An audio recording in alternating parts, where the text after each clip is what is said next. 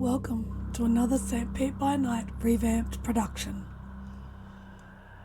The following is rated for mature audiences and may contain graphic themes that will be distressing to some viewers.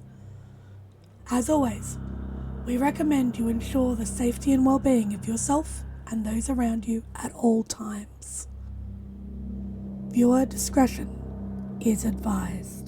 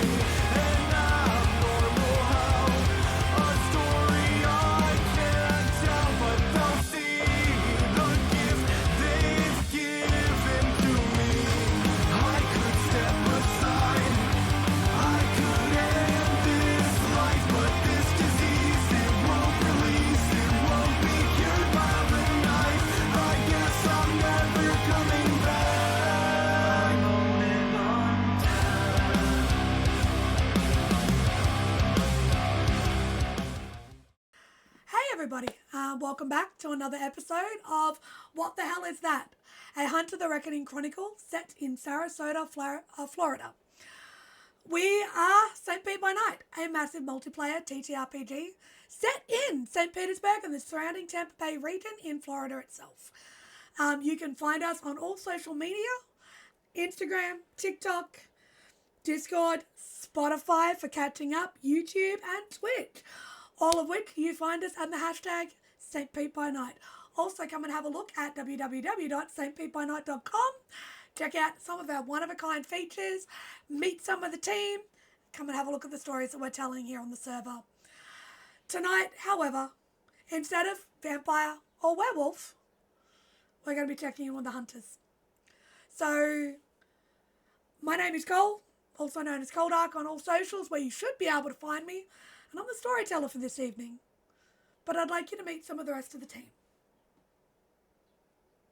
Hi, I'm Sam. You can find me on TikTok at Vampire Kaylee May, and I play Ella Gaines. Hi, I'm Chandler. You can find me on TikTok as Kingdom0905 or other social medias where you may or may not be allowed to find me. And then I play Billy Barnes. Also, howdy, I'm John. You can find me on TikTok at That Nerd Guy, and I will be playing the ever effervescent Nicholas Flynn.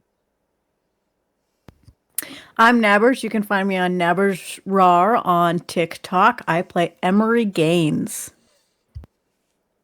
Hello, I'm Nexus. I'm playing Victor Hollow, the marksman of the team. and with that,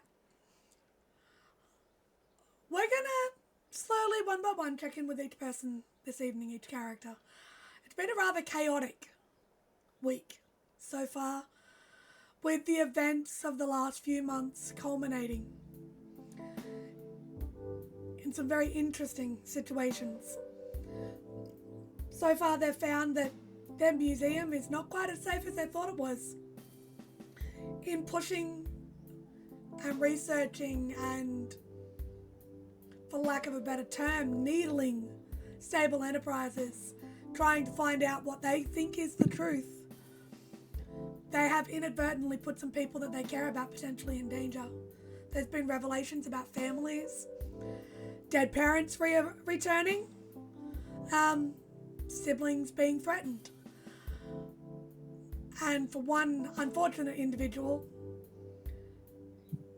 William was delivered a box with some remnants or remains, partial remains of two people he cared about with no knowledge if they're still alive or not. Some of the information that's come out has also led the two sisters to go looking, hoping to find their uncle, and also hunting whoever she is, Deva, for Ella. This also culminated in a bit of a loss, as sometimes when you push too far and too fast, things don't quite go the way you plan. And they had to very rapidly say goodbye to their uncle and watch David go down in ash. But that was part of the plan, wasn't it?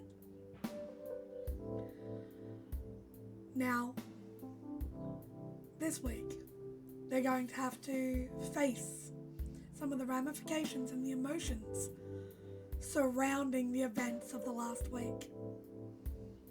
Maybe more realizations, maybe some planning and some decisions on just exactly what it is they're going to do.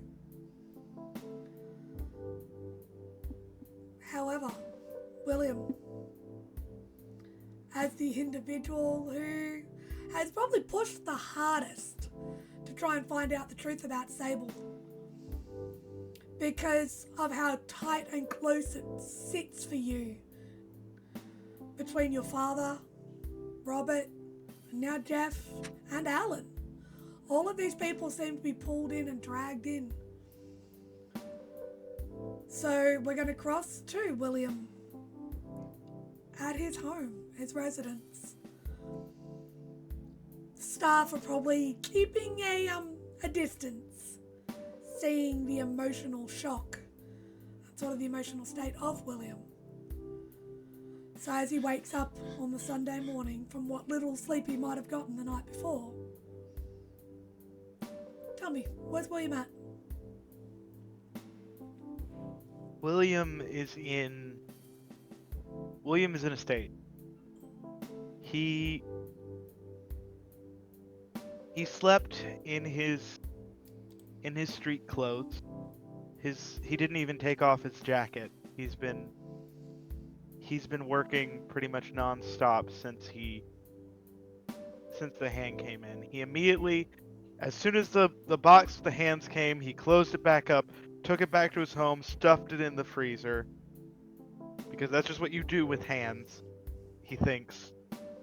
And then he went to his lab, his computer lab, and he's been working every day, or every hour that he's been awake since then, until last night he passed out at his bed. But because it's been 2 days, I think, so Thereabouts. last night he passed out in his bed, but the night before that he passed out at his computer. Yeah. The night that it happened. Yeah. So he's been working non-stop trying to figure out some sort of avenue that he can figure out what the hell happened. What the hell was this thing that managed to get past their defenses? What he can do, because right now he feels helpless. Yeah. So this is something that we did talk about off camera as well. And unfortunately, you only got 2 successes on your edge test, I believe, wasn't it? He only got 2 successes on trying to access the cameras. Find some other way to identify who it was. Yeah. Yeah. Accessing the cameras around the museum. So for those watching at home, it wasn't just the museum cameras. You're attempting to access the street cameras and any traffic cams that might have been around in order to even get a single view of the individual that made that delivery. Now, one of the hardest things is when you're in such an emotional state.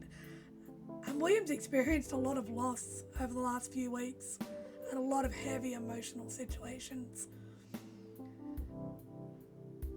After a while, your brain almost starts to operate on autopilot, and it's not always correct. It'll drag you down memory lanes, it'll drag you down situations.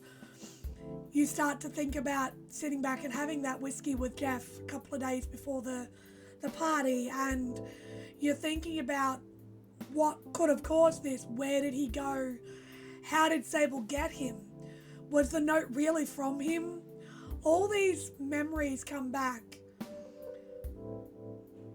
and you find yourself just not quite able to access and do the normal work that you would do. Your fingers fumble on the keyboard, the coding's incorrect, and you know it is, and it's frustrating, and it just continues to push you over. And after a fair few hours of futile work, you come up with nothing new. Somehow the data that you downloaded is scrambled, and it's the wrong one, it's the wrong area. Nothing is right. Nothing is working right for you right now.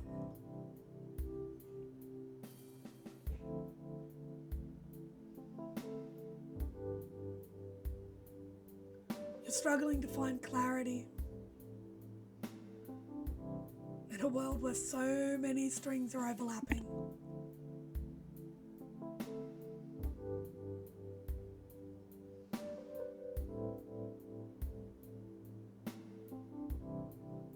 After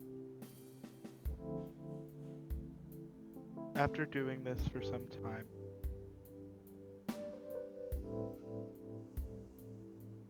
he's going to look down at his phone for the first time in probably about 12 hours. Realize he hasn't eaten anything today. Realize he's not being productive. He's not doing anything.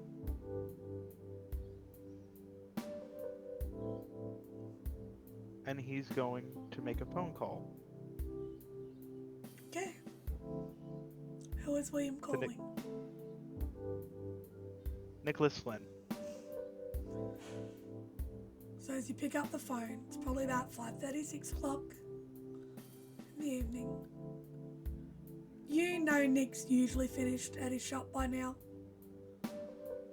But to be fair, I don't think you'd really care right now, would you, Will? Not at all.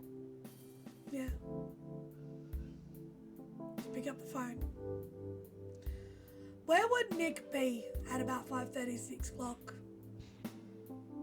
On a Sunday? On a Saturday? Sunday. Oh, a Sunday. Yeah.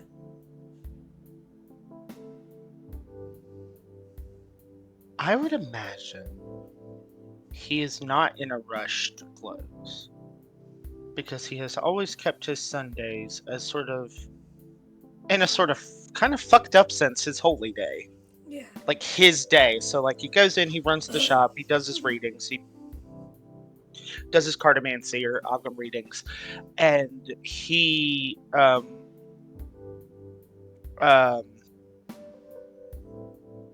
he's just chilling, like, because this is also his personal safe house. Of course. So he's also, with everything that has sort of gone on and the sort of breadth and scope, they probably don't know he turned this place into a safe house yet. No. So he's not in a hurry. And the thing is with doing all of his readings and everything on a Sunday, he now has an employee who can watch the front end of the store. So if he's doing, say, a personal reading out the back for somebody, he doesn't need to worry about interruptions. Right. So because Sarah will manage whoever's out the front for him, and over the past few weeks, as you've been training her up,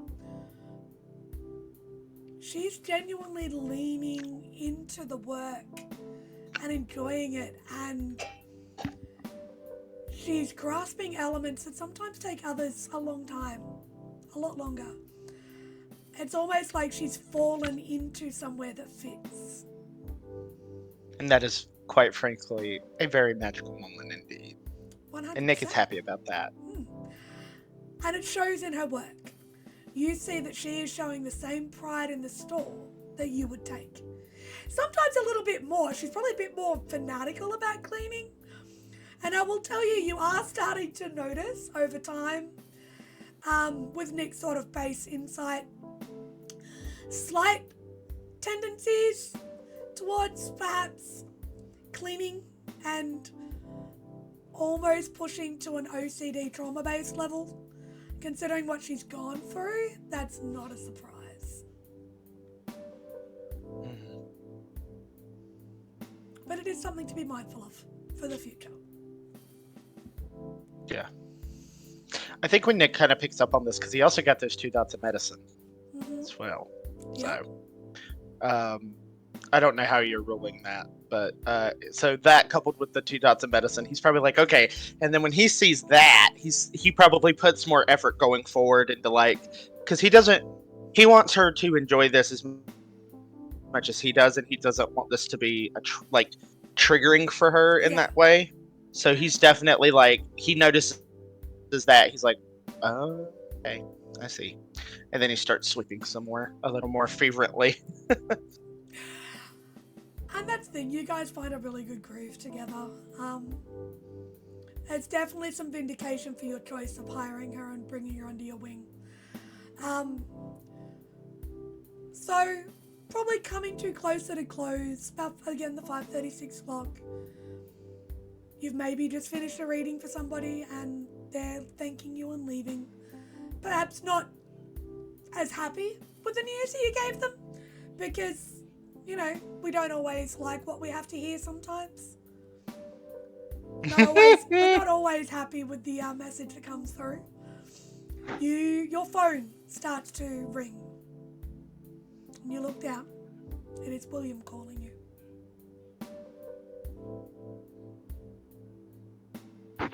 Hello? I wasn't expecting a phone call from you. You okay? No. Okay.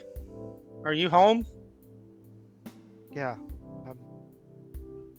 I'm at my home. Would you like me to come over?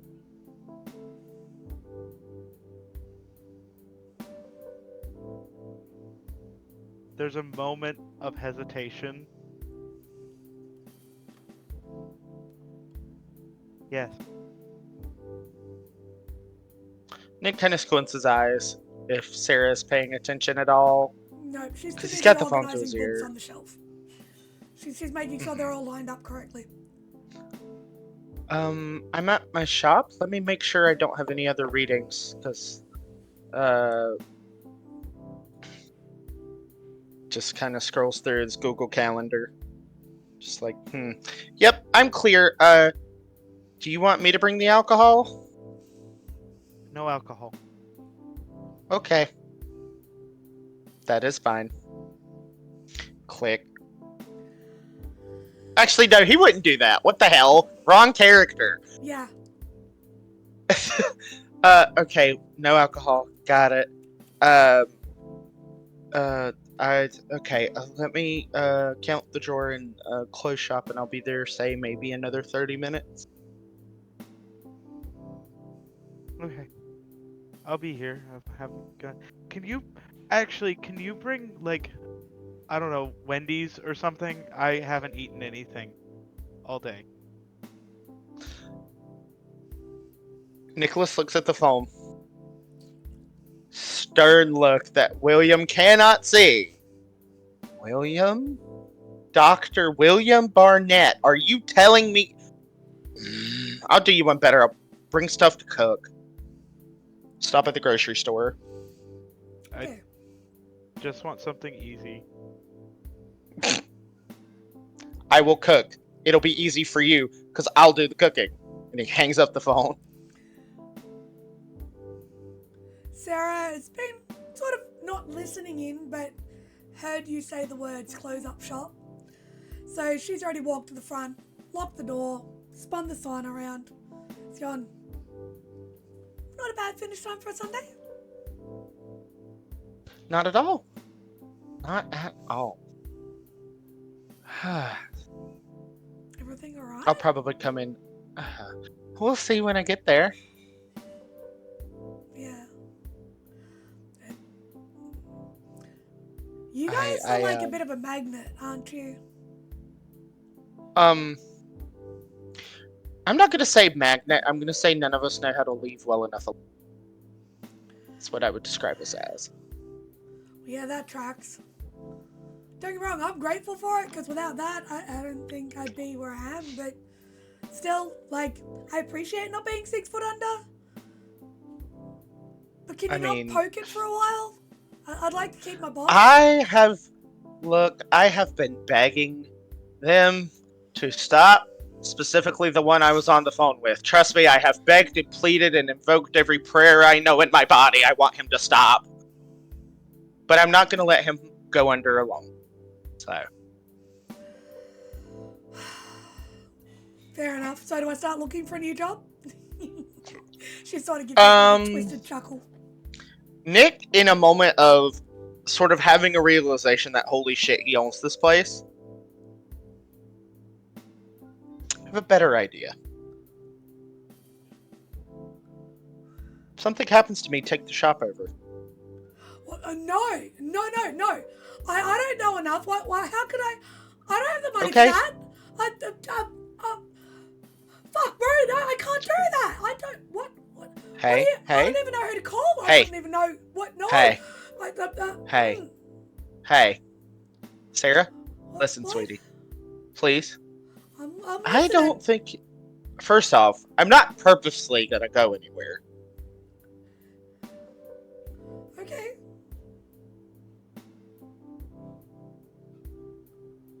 I'd like you to give me a wits and insight roll, please. Mm-hmm.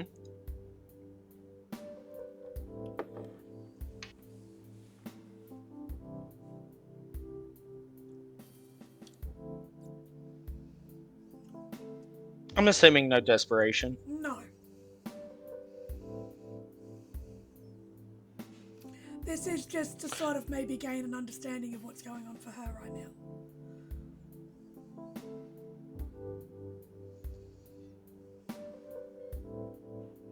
Two. Okay, with 2, I mean, you can see that she's panicked about the idea. You can't quite get a read on why.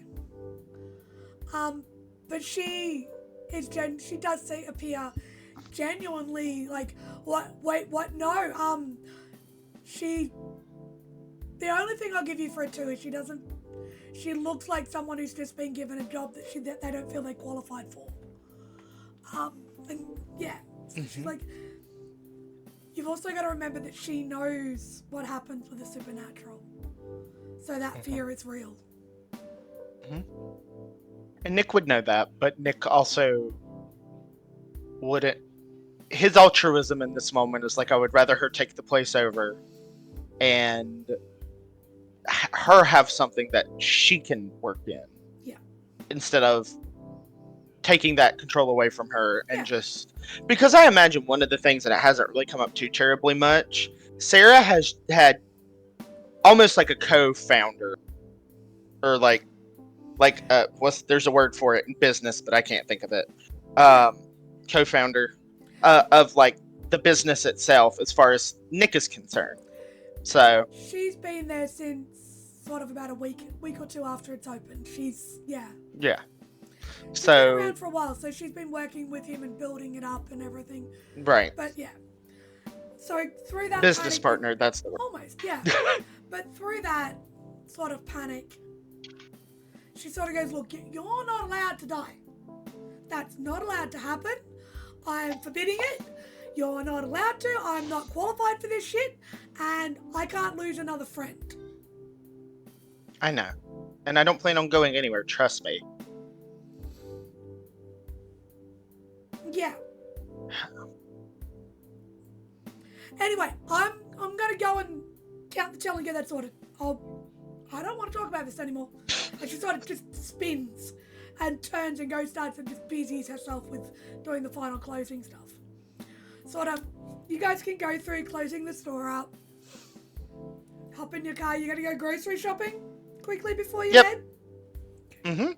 So, considering this egghead has not eaten all day, he is going to make a point, and he gets fresh greens, some fruit, and to placate him wanting a hamburger, he will buy hamburger meat. Okay. So, not a problem. You're very easily able to get all of the shopping. And you get over to William's place. Pulling in, there have been a few changes since the last time you were here. It appears that instead of just your average normal watchman and staff that William had, someone's actually out, probably leaning on the front, against the front door, keeping an eye out. William would have let someone know. And they sort of see you coming, check who it is, give a nod, and walks back inside. And William, the person that you have designated in your mind as your butler, comes in, is like, Mr. Flynn's here, Doctor. Just letting you know, we're not far off. I'm probably going to clock out for the night soon. There'll be someone in the back room as always if you need us, but we'll leave you. That going to be okay for the evening? Yes. Thank you, Michael. It's alright. I told you, it's Mike. It's fine. It's all good. And he sort of gives you a nod. As you walk in, Nick, the same person walks past you and sort of gives you a nod. He's like, he's had a bit of a rough one. Just sort of quietly to you as he walks past.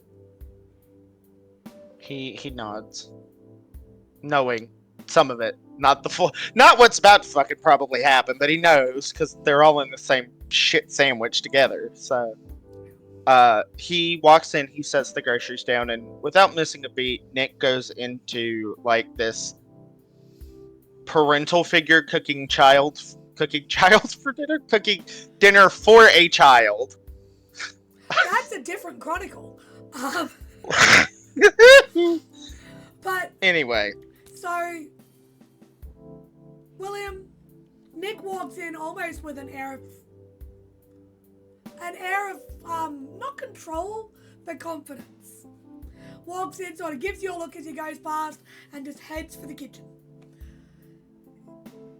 Are you going to follow him down and have a chat to him? He will. He's gonna follow him down to the kitchen. He's gonna make eye contact with Nick L. Black, his chef, and be like, "It's fine. He does this. I don't get it either." Your chef had already cleaned up the kitchen for the day because he recognized you weren't going to eat anything anyway. And he looks at Nick as he walks in. He goes, "Good luck. I don't have any." As he sort of heads out. And you can tell it's sort of the time of day when most of the staff heads out for the day. Or they leave, especially on a Sunday. So, from one Nick to another, there's a nod and a recognition. Mm-hmm. Take care of my kitchen, so to speak, as they leave. I'm okay in the kitchen. I'll make sure I leave it how I found it, chef. And he. And as you start to prepare the meal, the scene is yours. So, Nick is actually only cooking hamburgers for William. Nick wanted a salad, so that's what the fruit and the salad's for. Because Nick has been on a diet this entire time. And has been working to be a healthier middle-aged man. Yes. Uh, Something that Steve's been very helpful with as well. Mm-hmm. Oh, that's something else he would do when he got there, because he was so preoccupied hearing William in a state.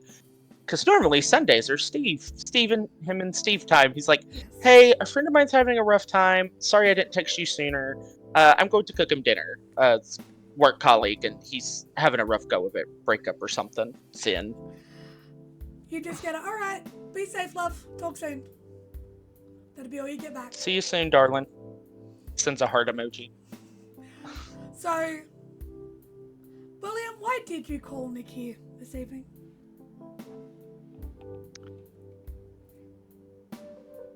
Nick's the stable one.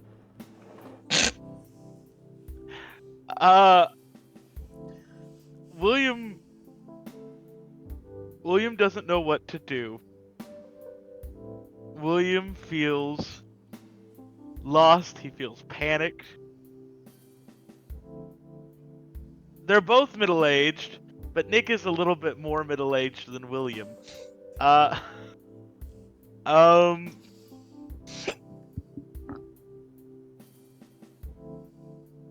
So he looks to Nick.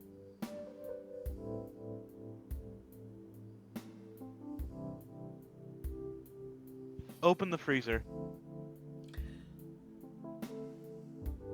Is that William telling Nick to open the freezer? Open the freezer. What's in the freezer? Just open the freezer. Swear to God, if I... He goes over and opens the freezer. You open the deep freeze. There is a black plastic bag in there. What's in the plastic bag, William? Open the bag. Why won't you just tell me what's in the bag? Because you're not gonna believe me if I just tell you. Dude, I believe in vampires and werewolves and ghosts. I think I'll believe what's in the bag. Okay, it's Robert's hand. Huh. And Jeff's Well? hand. Well, fuck. See, I told you I'd believe you. That's not good, William. I know it's not good. I'm sorry. I was doing a little bit of digging into some of the Arcanum sources and a few of the books that I have, and Sable sent me something. I got a call from Robert, and a man calling himself Mr. Black. That's original. Well, it's not like I picked it, now did I? I know, but no imagination with these lot, apparently. Well, considering what I found out, I don't know if they really have imaginations anymore.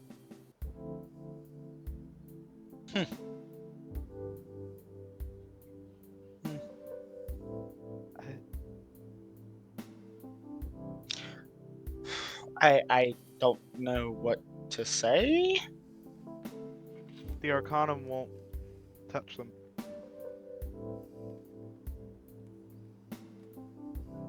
The Arcanum won't even come close to touching them. It's interesting. They didn't start as Sable Enterprises as we know it today. They started Okay. as a small shop that kept being inherited every 30 years by another son of a son of a son of a... Huh. Really? What kind of shop was it? I believe it started out as like a forge, and then A forge? and then like a general shop, and then it looks like they kept buying properties bit after bit until it became one massive... As what I believe was kind of a big thing in the Industrial Revolution period in the 1900s, right? Yes, that's exactly. But William, would you happen to have a lab to do some weapons analysis? Because I found a very interesting blade while scuba diving the other day with Victor.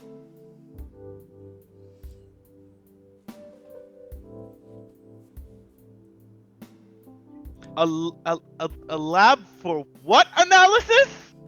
Weapon metal analysis, like I don't know. I don't do the science shit. That's your job.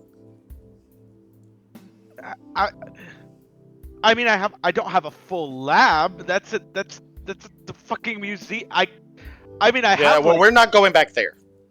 Not anytime soon. Anyway. I mean, I could maybe run some small tests. I mean, I keep some materials here. Not anything like I don't have any like you know any like major chemical stores. Like, we keep all that stuff there because those could explode, and I like having a home. William, you have your grab bag, your go bag that we've always discussed that has vials, sterile bags, gloves, all of that sort of stuff. Basic strip tests for alkaline, things like that. Basic testing. I would say, considering events, you would have probably drug tests for like evidence of certain drugs, considering what you guys dealt with Frankie. But you don't really have anything to test metal, per se. It's not something you've come across, you've had to carry. You can collect it and store it quite efficiently. But testing it, not at the house. Because that's one thing your father always taught you, is keeping work and home life separate is important. William's dad said, have a good work life, home work balance. Mm-hmm. Well, Nick is, anyway, while he's kind of prepping everything, going to stop. And he's actually going to go out to his car because he had left it in his glove box because he didn't bring it in. Of course. He's going to bring it in, show it to William, and point out the specific part of the blade that had the differing metal. Like, it looked like what I would assume, and I don't know if Nick would be smart enough to know this, but it's like forged with 2 different metals. It looks like someone's dipped it in something. Very crudely. So, William, if you actually wanted to look at it from any serious viewpoint, it would be an intelligence science. Well, that's not a bad pool for Elmo.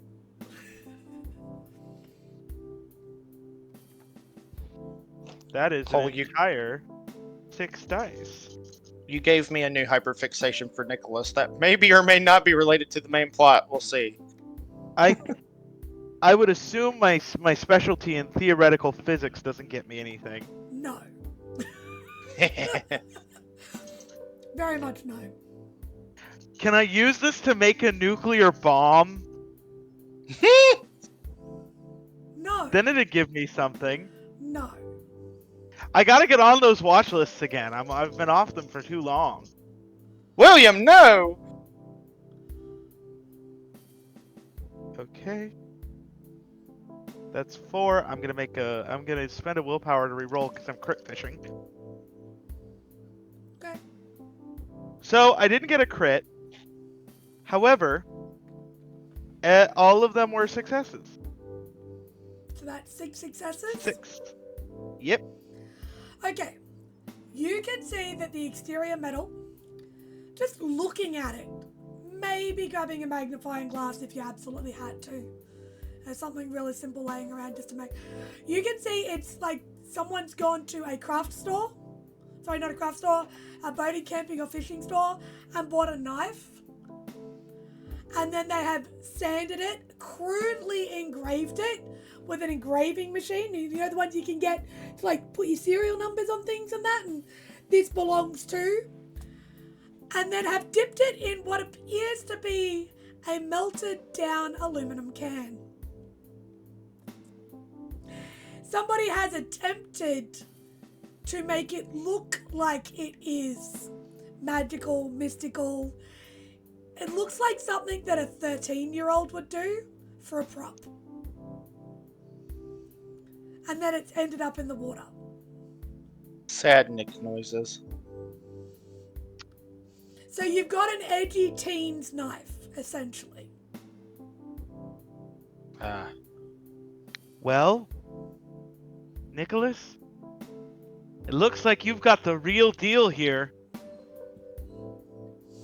I don't even think I need to roll. Are you being deliberately sarcastic, or are you actually going to try and pull one over him? Deliberately sarcastic. Okay, cool. Okay. Nick rolls his eyes and goes back to cooking. Well, shit. I tried. Anyway, I have a cool stab now. It's fine. I might give it, but just keep it as a prop. I mean, around the store.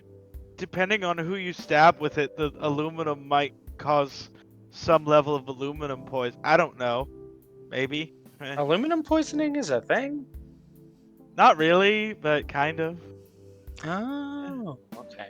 I mean, if anyway, you're already back to- stabbing someone, they should just hopefully die from the stabbing. So. I mean, that is true. I mean, in theory, anyway. But back to 30 years of new owner or new CEO or whatever.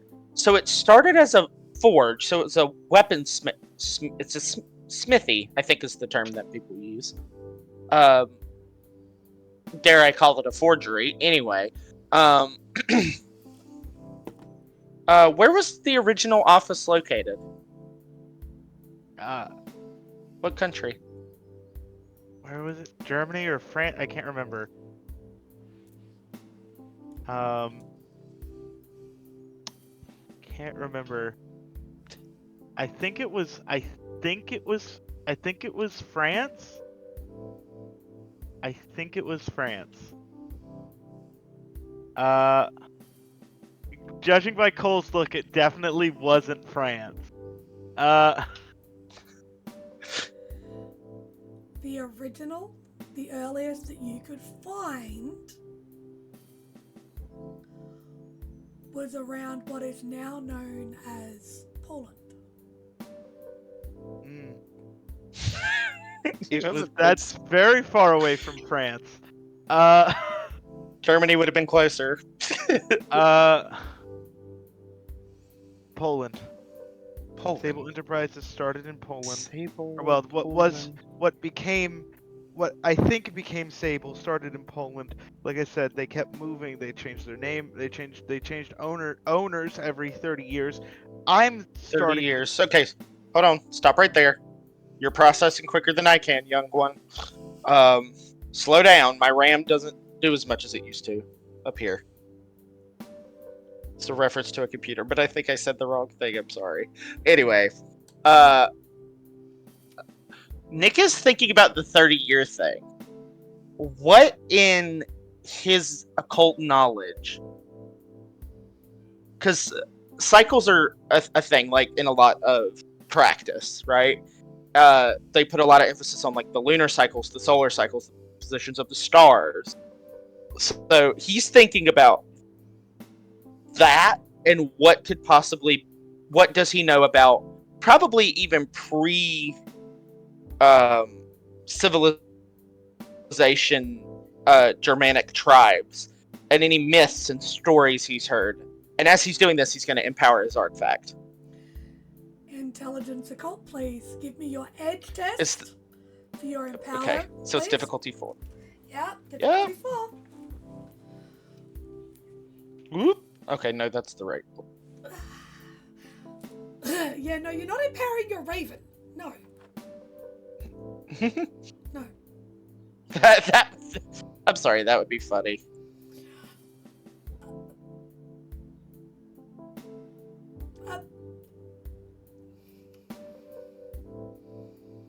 We here at SPbN By Night do not endorse plugging your raven in to empower it. Just saying. 5 successes. With 5 successes, your artifact is successfully empowered, which means you now have +3 dice, 3 additional dice to roll for your intelligence and occult roll, please. That's a huge pull for Elmo. It is, and I will allow you to use your druidic specialty in this as well, because of the precise information that you are pulling in, what you are asking for. Okay, that is 11 dice for Elmo. Let's go, motherfuckers. That's what I built this bitch for. Can he get a 12th dice from a help die from William? If you want to. Yeah. I will look. This is the Let's biggest go. pool Nick has rolled the entire show. Let's go. This is what you built him for.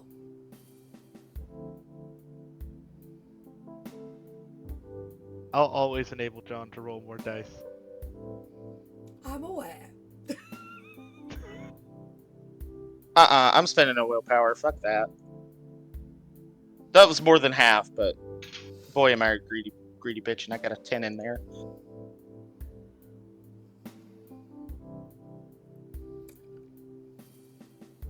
Okay, that was still 7 successes. My willpower hates me today, apparently. So 7 successes. Correct. That is crazy. So you're sitting there, you're sort of serving up the food, push William's burger over, while you're thinking about all of this, and you're running your brain back through everything you've researched, everything you know, through all of your studies. And with what William's sort of telling you, the 30-year thing isn't really sitting heavy. It's not so much the timing. It's you're starting to think about it, you start thinking about the vampiric knowledge that you've picked up, you start thinking about the books that you have been researching, obviously based on what it is you've been dealing with. And you're reading, and you're thinking, and you sort of sit down, you start to eat your salad, and you're thinking, and then you start to realise 30 years is about when age would start to show. And if somebody's not showing age, it's going to be suspicious in the public eye. So 30 years is sort of that aging out of a person or a generation. Because William, as you guys started discussing, and this is how William helps you. Sometimes it's 25 years, sometimes it's 29. The further along in history it goes, it gets closer to the 30 years. Because as people start to live longer, age slower, you start to see that change is slowing down a bit. And it's actually coming up to close to the next quote-unquote handover. It's been 31 years since a handover occurred, and this is what you and William are sort of talking backwards and forwards while you're eating. You know, that fun brainstorming that happens when you're sitting down with someone you've worked with for a while and you know them well. And you guys start to realise it's coming onto a handover stage. It's the longest it's ever been before a handover has occurred.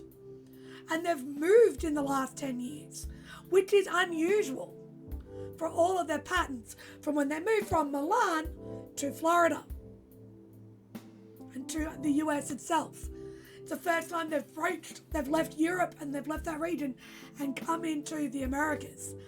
And it's starting to sort of move, and you can see the patterns actually forming.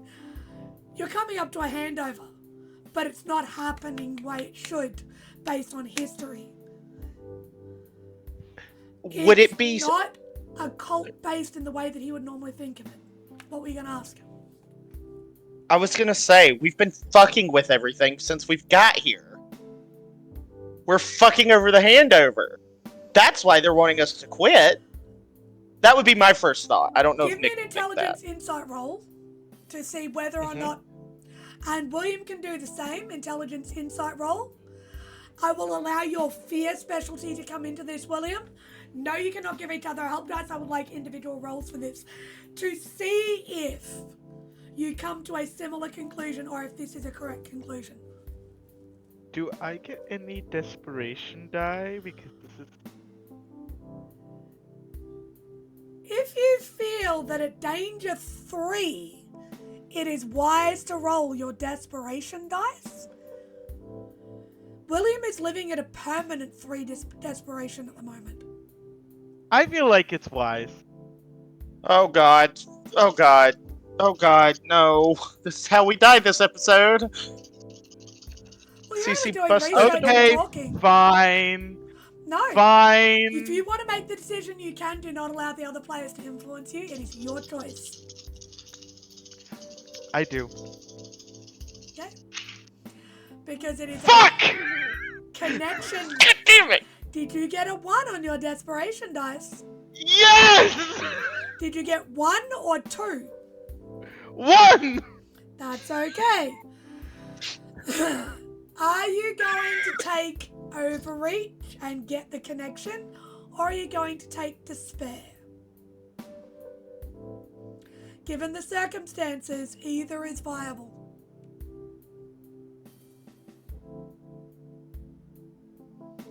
Fuck it! Overreach! Okay. So this is going to reflect on all research will now be being done at a heightened danger. Jesus Christ. So, however, between the pair of you, what did you get, John? Shit, I forgot. Your intelligence insight? Oh, I rolled it. I forgot what the number was. Yeah. 5, because, dear God, this thing doesn't want me to get any extra successes with the willpower button. What was your total successes, William? 5. So 5, but with an overreach. Okay. Between talking to each other, the research that you have both done, William, you have dived into Sable's history and backstory. You have pored over the resources involved. I am going to tell you, from now on, any research done online by any of the cell will now be at a heightened difficulty. And this is specifically because of William's specialties himself. So any research that you do online will now be at a heightened difficulty. And out of character, you are being very closely watched. So this will now impact and reflect on research and intelligence roles in that manner to do with Sable. So, however, between the pair of you, as you start to close out the evening, the tea probably starts being poured rather than whiskey or wine, because William specifically asks for no alcohol. You are able to together, not red stringing is not the word for it, because you are coming in with clear facts and information. You start to put together an actual timeline, and you see the one CEO owner of Sable has been in place for not the 31 years that you thought, but actually 43. He's the quote-unquote longest serving. And you can see that may have been part of the reason for the move. But in recent small amounts, you can see there was the hinting of somebody being brought up to take on the role. But then for the last year, nothing. No talk of a handover, no talk of a changeover. The individual in question disappeared. Because of the overreach, William, you have a recollection of when you are looking into the recent business enterprises for Dusky Homes and Living, the offshoot that apparently mimicked the Order of the Rose, the Northern American, so the individual in charge of the Northern American part of that company, the last name's Hollow.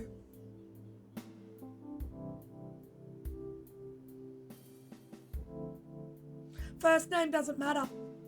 You see the photo and it's a resemblance to Victor.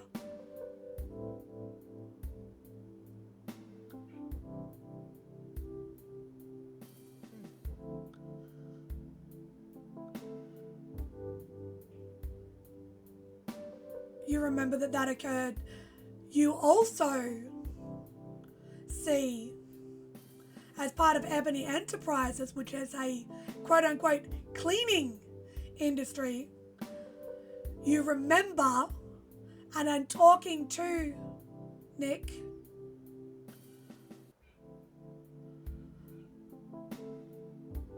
you can have the conversation and ask him, hold on, don't you have a friend who does like clean up, quote unquote clean up?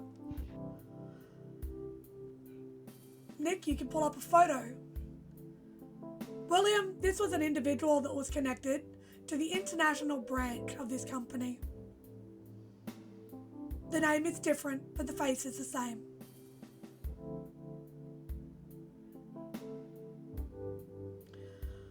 There are more connections than you realize with all of this.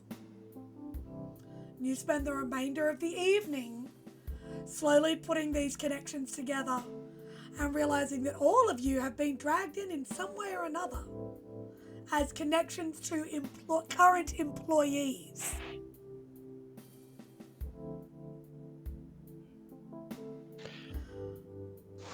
Before we close out the evening, does anybody want to make a phone call or send a text message?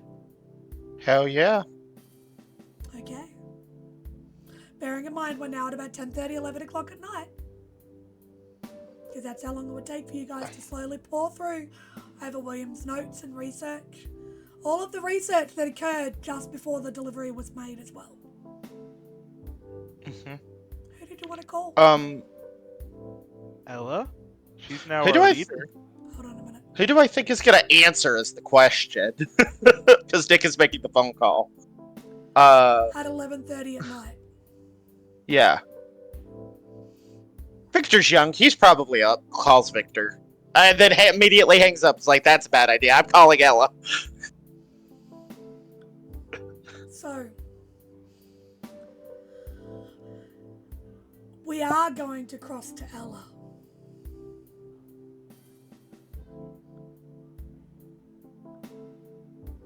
Ella, this is the evening that you guys are heading back home. You have gotten home, dropped Victor and your sister off after the very tense car ride. Probably silence, maybe not even music. As you have dropped everyone off and you're on your way to Lana's house, you get a phone call. It is Nick. Do you answer?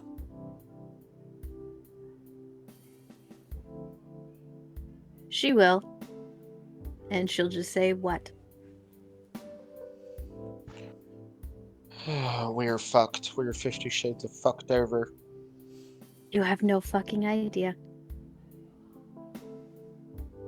I'll make sure to bring you some coffee when I see you, but hopefully I'll see all of you soon, because this is... I don't even feel comfortable saying this over the phone. It's bad. It's really fucking bad. This web went deeper than I think any of us possibly could have fucking imagined. And I hope you're doing okay, because you sound terrible, and I'm sorry to dump this on you right now.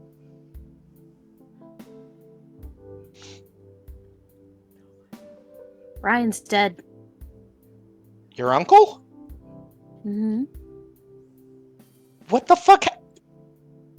Nick is about to throw his phone, because this is getting out of hand. No pun intended. Are you shitting me? What the hell happened? At this point, the phone's on speaker. Yeah. Just click. So Throws it on the fucking table. much. And you can tell she's crying right now. I just left Victor and M at our places. I'm on my way to Lana's because I can't even look at either of them right now. Oh no. I'm sorry. I'm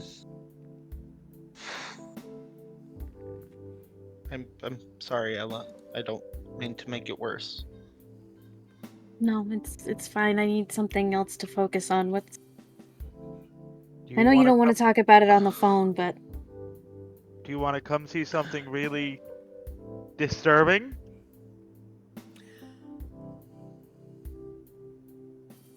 Would it be more disturbing than watching my uncle get blown up on a boat? Why was he on? I don't know. It might give you a hand, though. At processing William! drama. William! Not the time! Dude!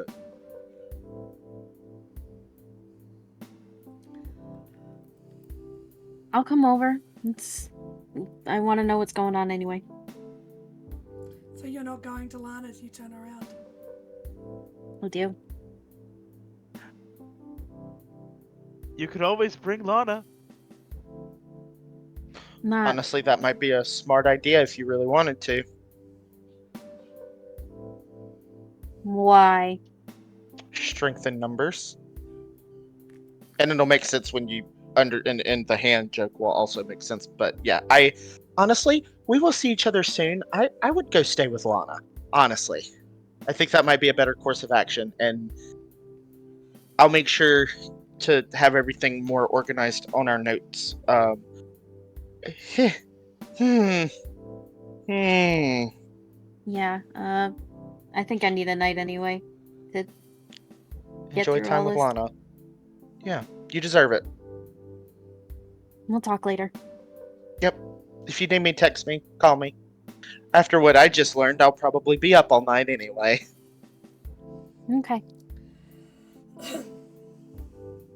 Have yourself a coffee.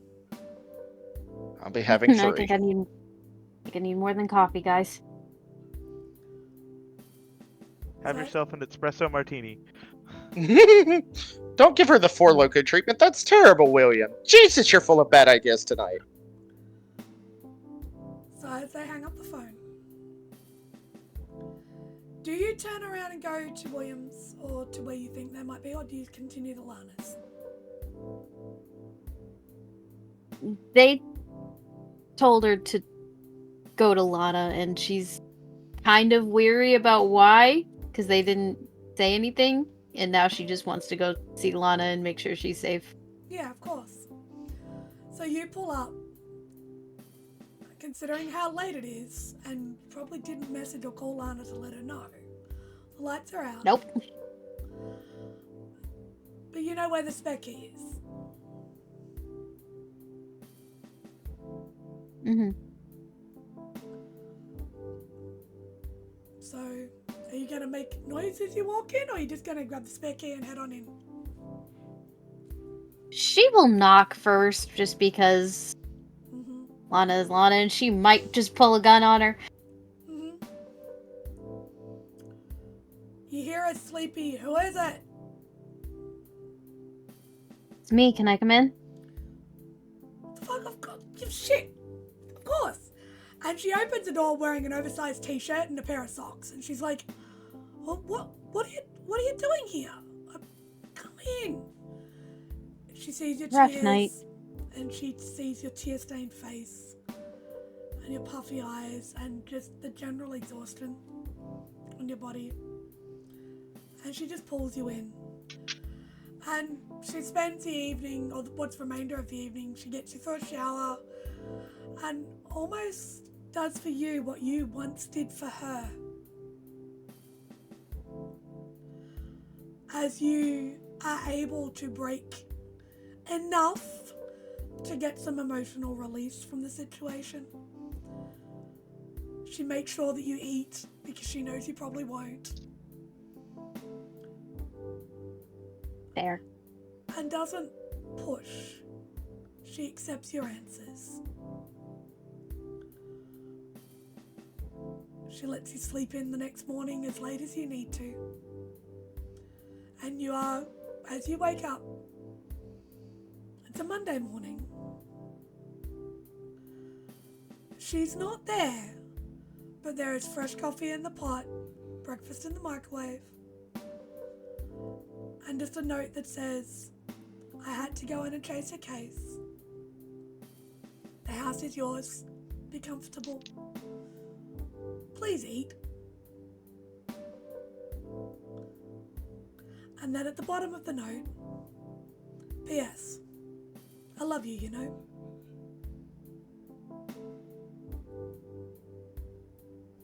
And that's it.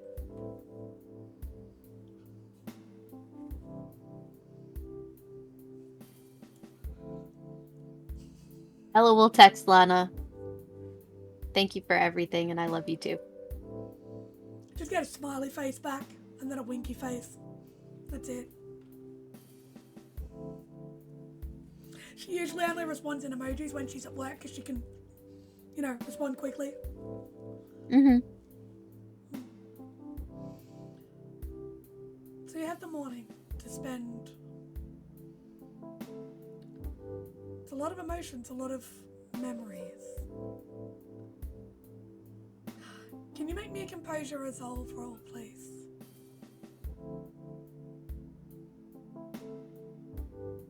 It's not terrible.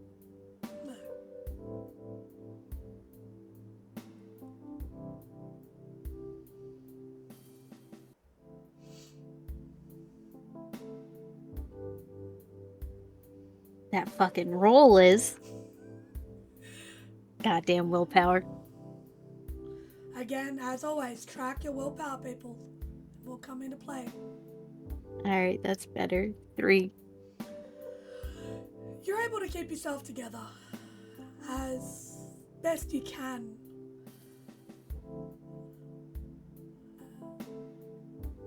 As the morning is full of memories of your uncle. Him teaching you how to shoot, playing with you, putting you up on his shoulders when you were young, walking around with you. There's still a lot of memories that aren't there.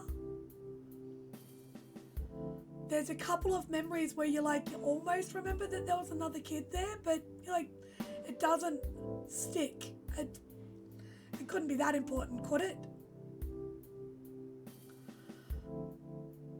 It goes back to memories of your uncle and your dad and your mum when you were a lot younger. And Emery being as young as she was in comparison to you, of course.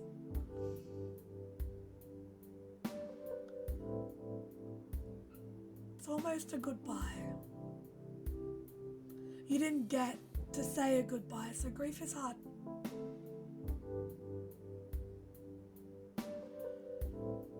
You are angry at the way it happened, because as your memory turns to the events of the evening, there was a shot taken at Deva before you could even ask a question properly. Yep. You do remember hearing your sister say something. You remember her saying, heartbreaker. And then Victor took the shot. It was that first shot that made Dava get aggressive. Made her realize she was actually in danger.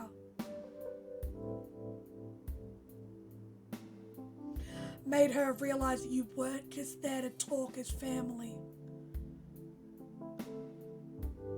Possibly awakened what caused her to grab you and pull you in.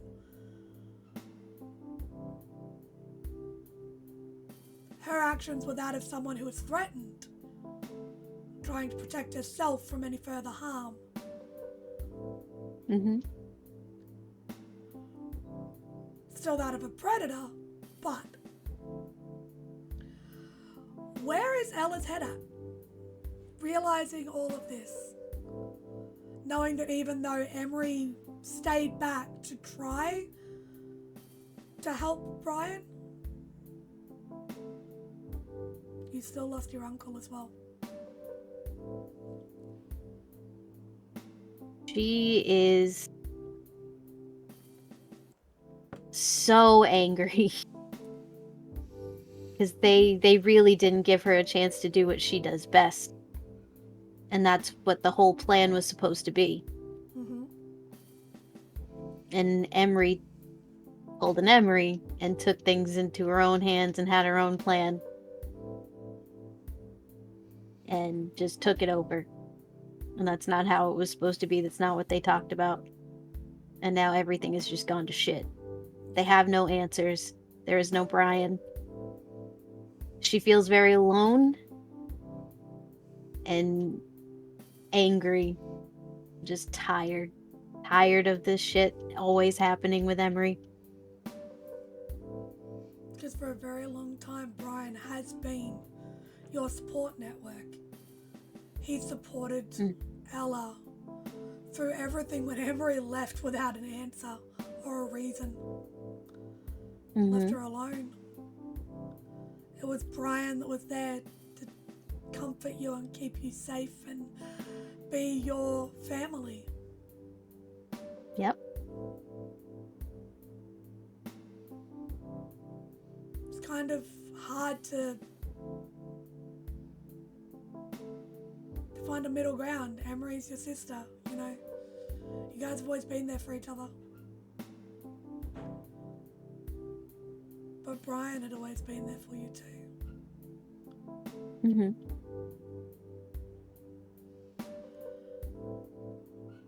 I have a question of Emery.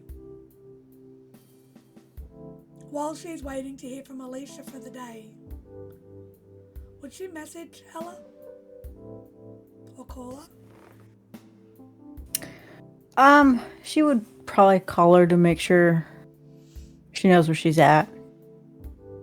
You won't get an answer. Rude. So as you ignore the call from your sister, taking the day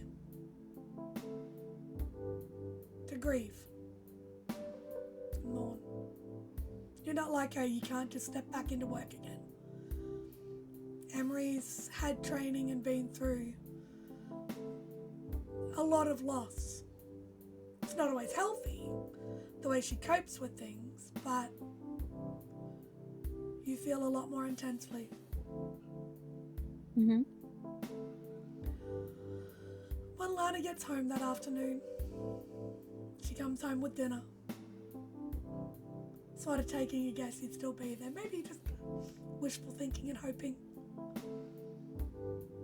When you're able to spend a calm, quiet evening connecting with her. And just maybe forgetting for the evening a little bit. As Ella settles into the second night, having her family yet again ripped in two,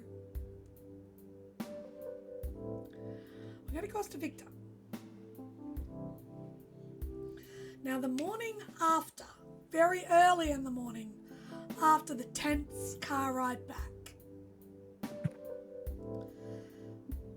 Victor, you wake up early, as you always do, with a mission in mind. What is that? He's going to take his undercover outfit with everything covered his face. He's going to take gloves as well, maybe boots, unspecified boots to get by, basically. Yeah. And he has no idea of what transpired yesterday. Something happened. Something blew up. Mission was a failure. He has really no clue. I mean, she has been taken down, so that's a bonus. Yeah. But something happened and he's not sure. But he's sure of one thing.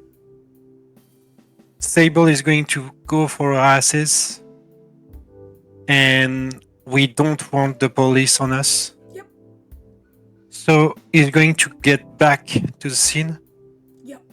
And do a little bit of cleanup. Yes. So being the only individual that has actually mentioned going back, in his knowledge, to clean up what is left or what might have been left behind by the three of you, jump in your car, drive the hour or so north. Takes about an hour and a half. He's going to take a detour just to be sure he's not followed. Everything is going smooth. Give me a wits and awareness roll, please. Of course.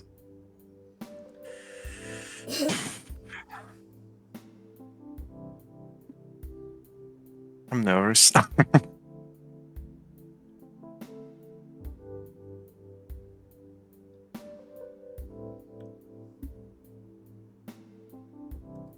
That's a 4 successes.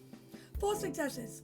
Whilst you are driving, doing the evasive maneuvers that you are aware of how to handle, you do not notice anyone driving behind you. You don't notice anyone following you. You do your normal check over the car and everything seems good. Everything seems clear. No mic, no... Nope. Yeah. You don't notice anything. It's kind of a nice change. considering everything Yeah. you've been dealing with lately, it's just nice to know that you can start this out right and good. And he's really glad to think about that because yesterday we actually he actually found out Ella has been tapped for a long time in her car. Yep. So he's just really fucking grateful to be as aware as he can be Of course. and in a good mindset Yes. for once. So, for once, it's a nice change. And considering the way Victor sort of thinks, and finally it feels like you have a sense of control over the situation. A lot of the information is still all over the place for Victor. He doesn't have the answers he was hoping for, but this is a mission he can focus on. You know how to clean up after yourself. You know how to go in and make sure that all trace was removed. Because you did a lot the night before, but you know that there is always a chance you missed something. So this is within his realm. This is within his scope. This he can do. So as you get closer to the marina, as you get closer to the marina, do you park at the marina or are you parking away and coming in? Yeah, wait. I'm not taking any chances. Yep. Just far enough to not be like in the proximity of everything going on the marina, and close enough to actually get by toward the car. Yep. And to maybe run if someone actually sees me. Basically. Yep. So as you approach, I mean, you know not to wear a full balaclava or anything ridiculous heading closer to this. But as you get out of your car and start to approach the marina, I would like you please to give me... Are you going to approach stealthily or are you going to approach sort of trying to be a casual onlooker? How are you going about this? That's with his outfit is actually he can be a jogger with just a face mask and stuff like that. So he's going to try to blend in. Okay, I'd like a manipulation subterfuge from you, please. That's my forte.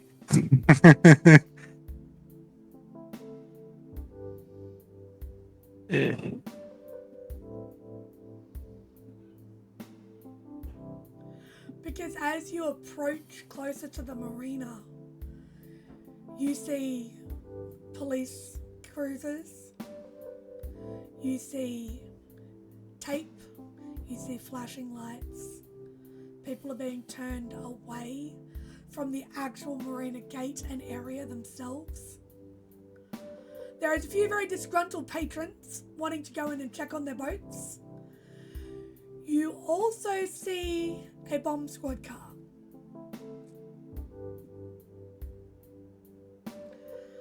Okay. And one black unmarked vehicle.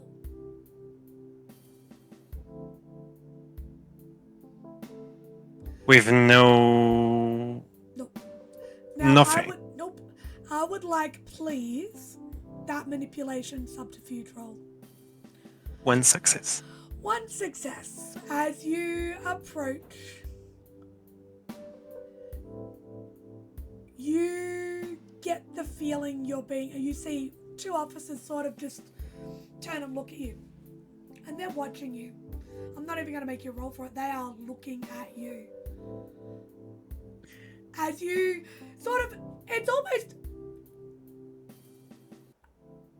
you definitely don't look like someone who's just walking past. You look like, for lack of a better term, an ambulance chaser or a police chaser, where the people who actually go looking for, and they sort of look at you, hey, keep moving please, nothing to see here, off you go. He's going to get back to where he came. Do you see any access to the place that he took the shot? Wits and awareness, please, to see if you can get past that location, back to that location. Yeah, He's not going to force anything. Just me.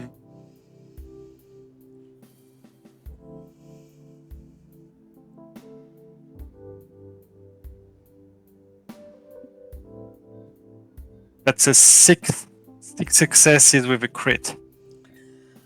Okay, on 6 successes with a crit, you can see a way that you can get up to the higher ground location that you were there. You can see that that is not really within their realm. It's not what they're looking at. They're looking closer to the marina itself. Where you took the shot from was further back. Yes, but you can also see those 2 officers. One of them sort of turned around and is ignoring you. The other one has made a call through a radio and is looking at you.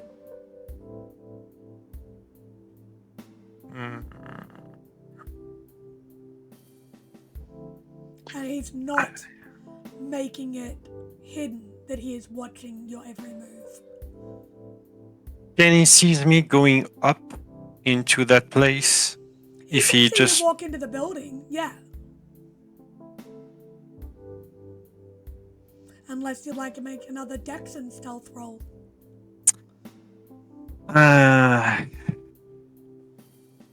To hide where you are going. Yeah, I'm going to try it. Yeah. Okay.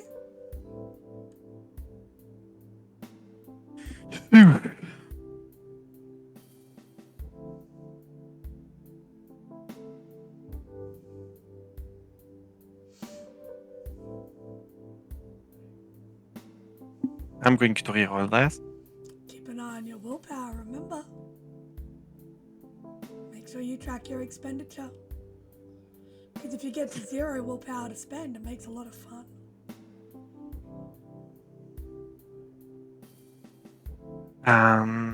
One success.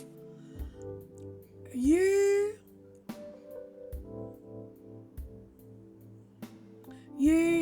make your way to the back of the building, enter in through the door. You feel relatively confident that no one's noticed you. You can't really tell, and at this point in time you're too focused on the mission at hand. So you head up the stairs and you get up to the location that you took the shot from the night before. Now you are going to be looking around that location for evidence. Yeah. Right, give me one Yeah. last wits and awareness roll, please.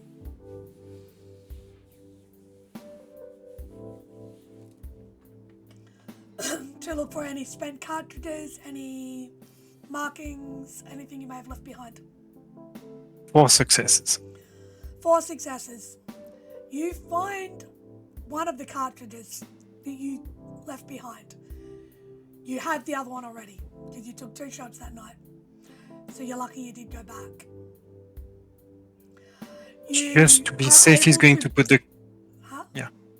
He's going to put the cartridges into his shoe. Into your shoe? Just to be sure if he's, arrested because he saw the policeman watching at him. Mm-hmm. He has nothing on him. And, I'm not going to maybe search every part of him, so... Yep. So while you're up there, you sort of clean the area up, you remove the scuff marks, like you're able to brush away the scuff marks from where you were sitting. There was only a little bit left behind, but you're meticulous with what you do.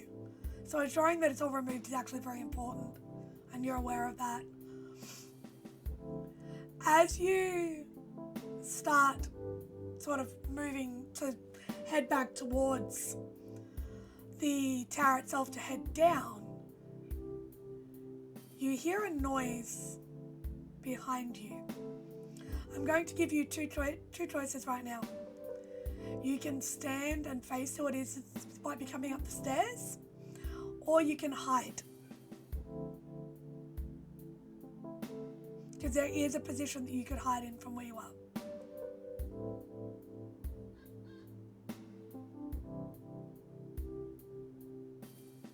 Do I feel threatened? Or how to say it? Like, do I sense a gun? Or I don't know. Let's have a quick look at something. Wrong sheet. The question I have to ask of you is, do you have detection on your artifact? Yep. Okay, give me your artifact. Roll edge test, please.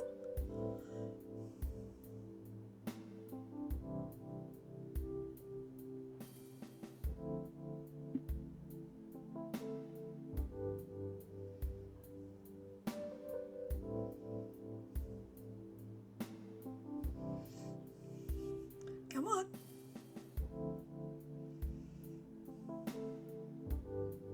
Need to reroll that. Okay.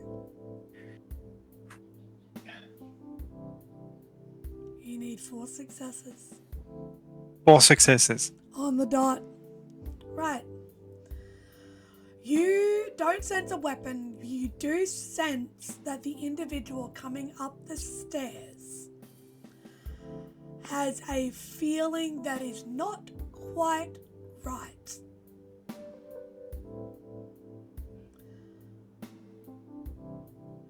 Since you've been playing around with the lens and everything, you've started to feel almost, it's like the hairs on the back of your neck stand up.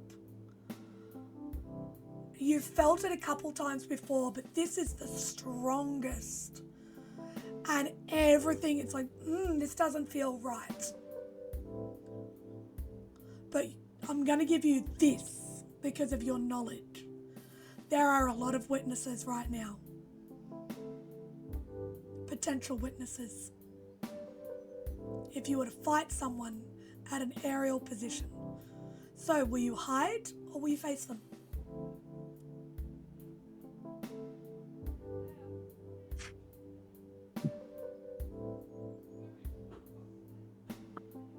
How is the room? Where am I? Where I'm at? You're on a roof. Yep. And there is what appears to be a whole lot of like boxes and things like that. There is there's little lockbox sheds sort of thing. Like it must be like an electricity panel or something. You could duck in there and hide. There are places that you could hide without any stress. First thing first is going to, just in case, You are running out of time. He's going just to get his knife close to him, and is going to. Can he try to blend in with the boxes and stuff by, like, how to say? He's going to try to hide just under the boxes and all of the stuff like that. Yep. Just with the knife close to his heart. Yep. And just not moving, trying to stay with a lot of composure, just to stay perfectly still. So generally I would ask for a Dex and Stealth roll from you.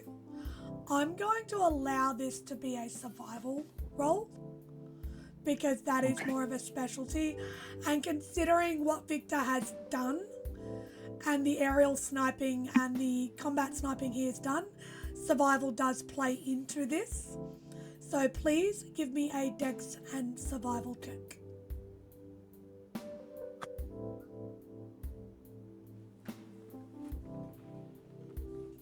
Oh.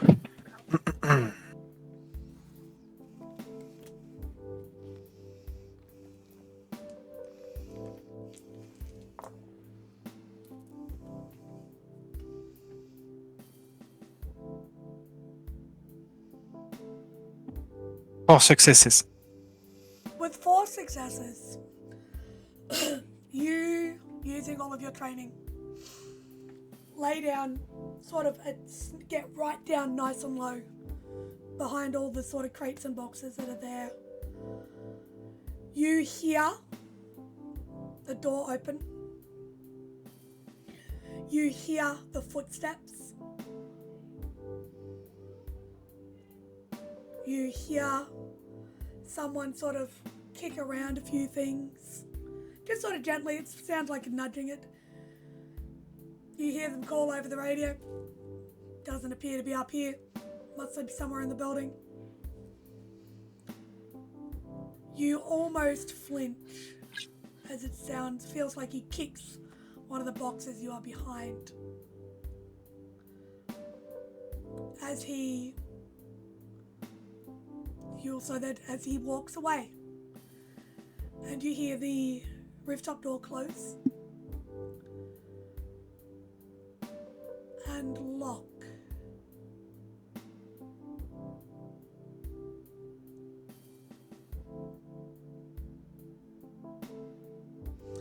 Essentially, leaving you stuck on the roof of this building.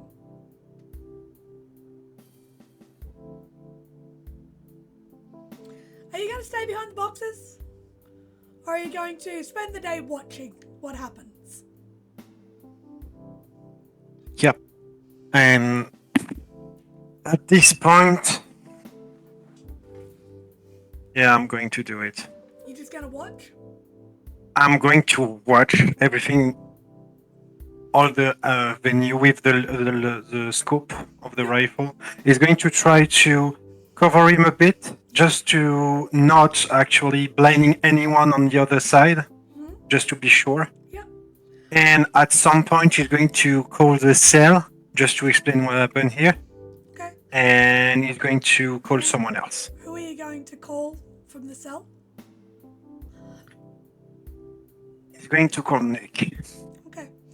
So, you spend a fair bit of the day just watching.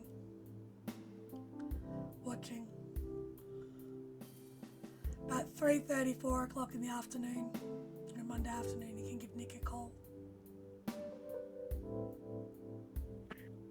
Before that, do I see anyone strange with the black car unmarked and its occupant? It appears to be... there is one... give me a wits and awareness that's going to cover the whole day. Cover you for the whole day of observing. Do I get a thing with detection? Are you using detection on your artifact to get the feeling of them? Or are you observing the day? Which one is it? No, I'm going to observe. Okay. I don't have any willpower left. So yeah. This is going to be Oof, so I've been- good.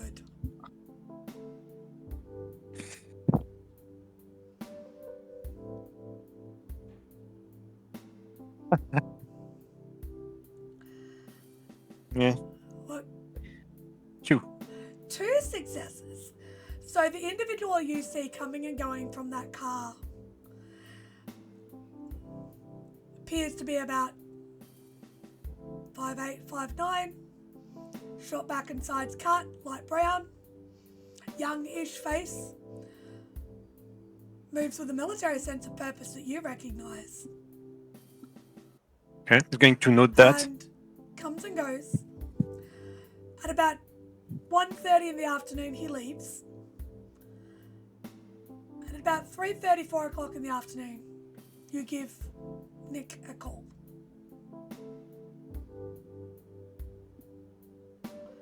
Nick, it's Monday afternoon. He's at work. He's working away. You get a call from Victor. Nick is probably in the middle of doing a reading, and he refunds the person when he sees Victor calling.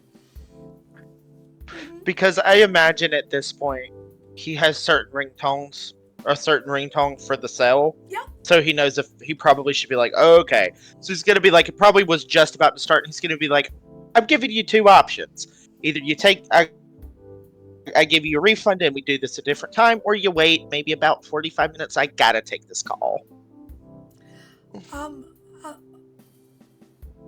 The customer seems very confused. I'll take the refund, I suppose. I'll reschedule. Yeah, sorry. I Fine. side work. Yeah. Sorry. In this economy, And I he- can understand it. And they sort of just give you a smile and they Yeah, leave. absolutely. They'll reschedule with Sarah out the front Yeah. while you're on the phone. Yeah. he is then going to go shut the door, lock it, pick up the phone. Hi, you okay? Yeah, I'm fine actually. I'm just going to look on this roof, chilling, like they say. Okay, I'm at work. So I hope Yeah. this wasn't a pleasure call, Victor. No, actually, I kind of need help. Some things happen. Yeah, no, it's good. Everything is good. I don't The believe thing, you. I get it. Oh, Ella talk to you, right? Yeah, I talked with Ella, and me and William have things to talk to y'all about. I don't like the fact that you're calling me in the middle of the afternoon, Victor, and you're not at work. What's wrong? I need help. Okay, with what? It's at this time you see the black car arrive back. And instead of one person, 2 individuals get out of this vehicle. Fuck. The same one you saw before, and someone you are very familiar with. As Miss Emery Gaines gets out of the vehicle, we are now going to rapidly cross to Emery for the day. Now, Emery, you had been sitting around waiting for a phone call from Alicia to check in on how her interview went.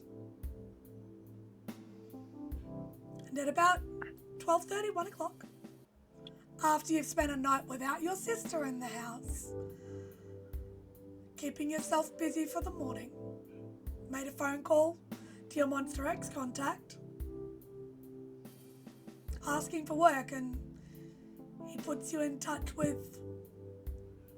He lets you know about the job up at the marina that needs to be investigated. And as we've discussed, you see it as a clear way to go back and possibly hide up and cover up anything that you need to.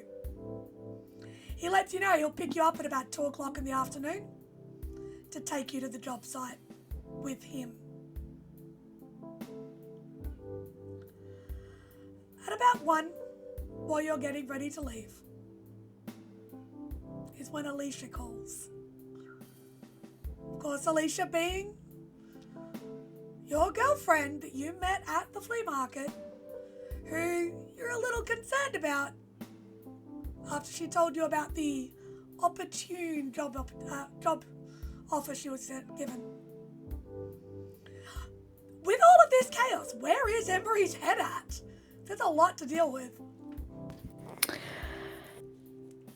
She hasn't felt close to her uncle in a very long time.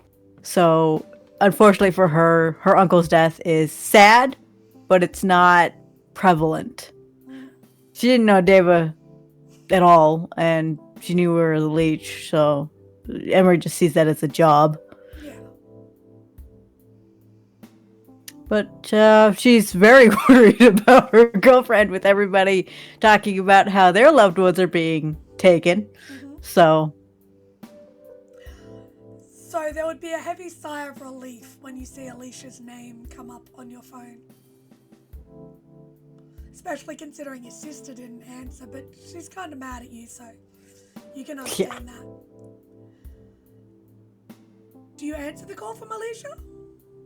absolutely. She... like, hey, you said to call after the interview. Yeah, how'd it go? Pretty good. I don't know if I got the job, though. There was 2 other applicants that were interviewing on the same day. And to be honest, the other 2 seem a lot better qualified than me. I mean, don't get me wrong, it'd be good. I think the money would be amazing.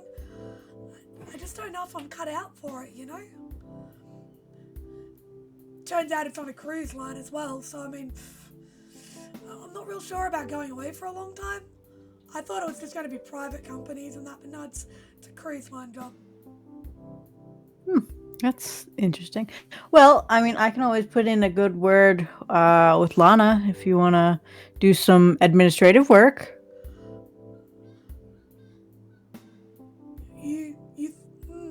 Look, I appreciate it, but I've got two left thumbs, I suppose you could call it, when it comes to typing.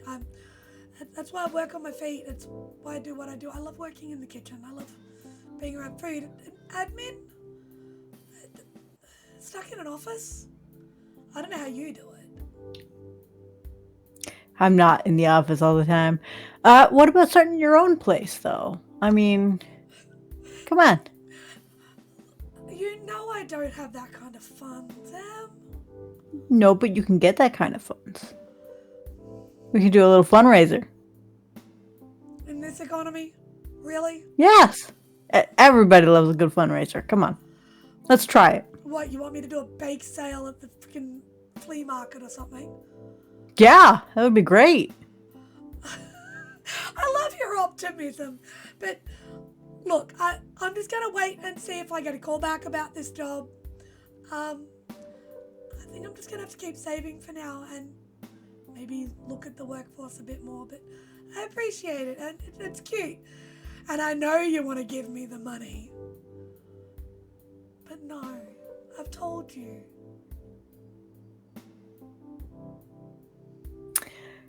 Just remember, don't accept the offer. Let's talk it out together. I'd like to know a little bit more about what the job is exactly. It's working in a kitchen on a cruise line. It's really not that intense. It's good pay, but it's not that intense. Yeah, I just, I've seen a lot of stuff in my line of work, and I just want to make sure that, you're not getting screwed over. You are so paranoid. Oh my goodness. Look, how does this sound? I'll text you the name of the company, okay? And we'll meet up for dinner. How does that work? Okay. Perfect. Cool. 6 o'clock my place? Could we do 7:30? Just in case my work goes a little long.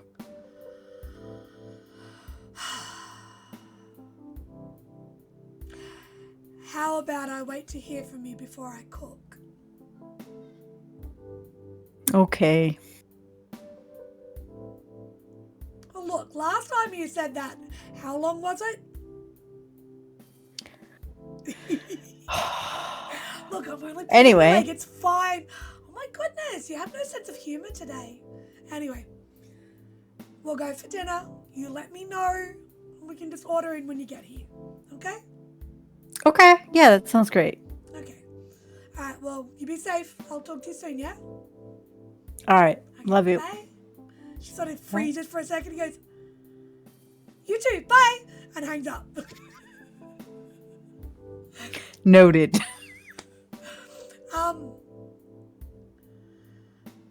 So probably about 5 minutes later, you get a text message with a business name. It's like Host Incorporated. Yep. Some sort of, a quick Google search, which I'm not even going to make you roll for, reveals that it's a commonly known contractor for cruise ships. Mm-hmm. Anything further, you will need to roll for. I will do that later. Okay. At about 2:30, you see a black sedan pull up out the front. You get a text from Josh. Ride's here. Perfect. I will just walk out. Do you bring anything particular with you? Let me look at my list of stuff, first of all. Okay. I am going to put on my Kevlar vest that goes under my clothes. Yep. Just in case. And I will bring my pistol. All right. I don't want to bring anything else. Oh, and my PI license, but I always have that. Yeah. So you get in the car. Josh sort of looks you up and down. It's like, all right. So here's the deal, and sort of starts to drive off. And through the course of the drive, he sort of fills you in on what they know. They were called in to have a look at this because someone found a stake carved amongst the rubble when a couple of divers went down. Which, if anything like that comes up on local scenes, it's almost an instant flag for a lot of the agents. They sort of go, oh, what's that? And one of the high-ups noticed it and sent you guys in to have a look. Josh was like, yeah, come and cut your teeth with the org. Come on. To have a proper look and see what we can find. So, during the hour and a half drive, he fills you in on what they know. It lets you know that it looks like the actual vessel is partially submerged, in pieces. There was the stake found. It was very strange the way the victim was found. So the individual that was found deceased, in pieces from the explosion. But there was a few things around, certain candles, lines drawn in blood in the walls that were not seen when you guys entered because you were in way too much of a rush. And some interesting footage on the cameras around the area. So as you arrive, now I want you to give me a wits and insight roll, please, as Josh is talking about the footage on the cameras.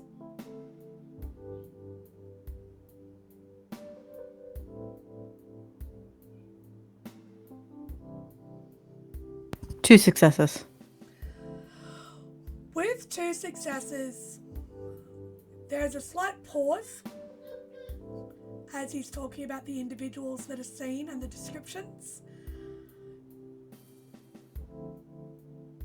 As he is describing your sister, he describes Victor's physique and describes your physique, but doesn't seem to, with 2 successes, you don't pick up that he's made you, that he knows it was you yet. You don't pick that up. As you arrive on scene and get out of the vehicle, Victor, from this point onwards, you can observe all of what happens. So, you guys straight up, hop out, and the scene that greets you is what greeted Victor. Police cars, flashing lights, taped off areas, angry owners. As Josh walks towards the gate into the marina that is unlocked, and you see somebody fingerprinting the lock as you walk past, and he leads you down the jetty towards a section that seems charred and burnt. You can see sort of like smoke and char lines up the boats that were sort of opposite it. The boat that was behind it appears to have had a hole put through it by some debris flying, and is listing to one side.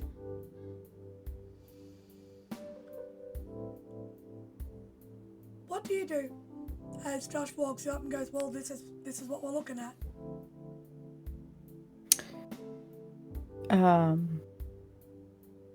You said that there was potentially a stake, yes? That was one of the things recovered. It's in evidence currently. It's not here. Damn it. I'm gonna kind of look around the area that we're allowed to look around in and just check in if there's any other evidence that could be of concern. wits and investigation, and I would also like either manipulation or charisma and subterfuge from you, please.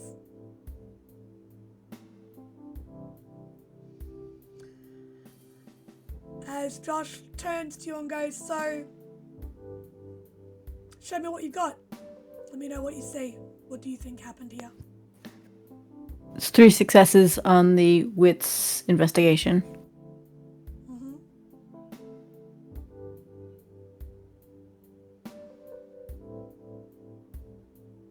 And 3 for the charisma and subterfuge. Okay. So, with 3 on your wits investigation, looking around, and the thing is, you kind of have prior knowledge of what happened, but you're trying to not give that away. As you walk up and down the marina, they have put in a temporary sort of floating platform so you can hop down and look closer. You see carnage. There's a moment of gratefulness that you got off this boat, just because, you know, otherwise that would have hurt. You can see where the explosion where the center of the explosion would have been, and as it sort of panned out, you can see not much more than you already knew. But there's a moment where you sort of come around and you can see a piece of timber floating just as they start to lift everything up. And there's like a blood splatter where you know he would have been. And it does sort of hit you slightly. And you turn and you see Josh is staring at you. So, Miss Gaines, what do you make of this?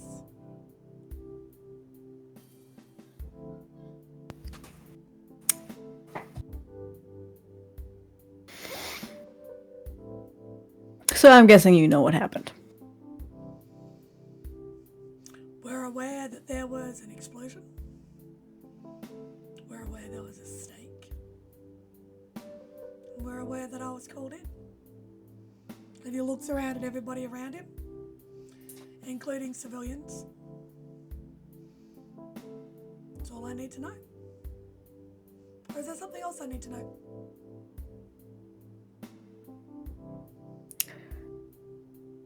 I'm not going to continue this conversation further if you don't actually give me some information. Well, as I'm sure that you're aware, there were 3 individuals seen breaking into this marina. 2 broke in. 3 leaving.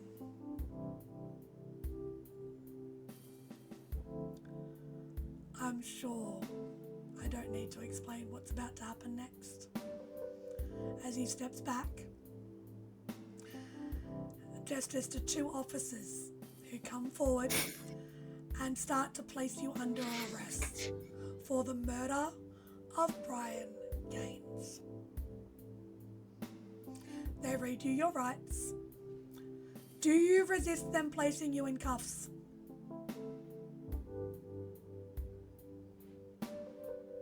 No.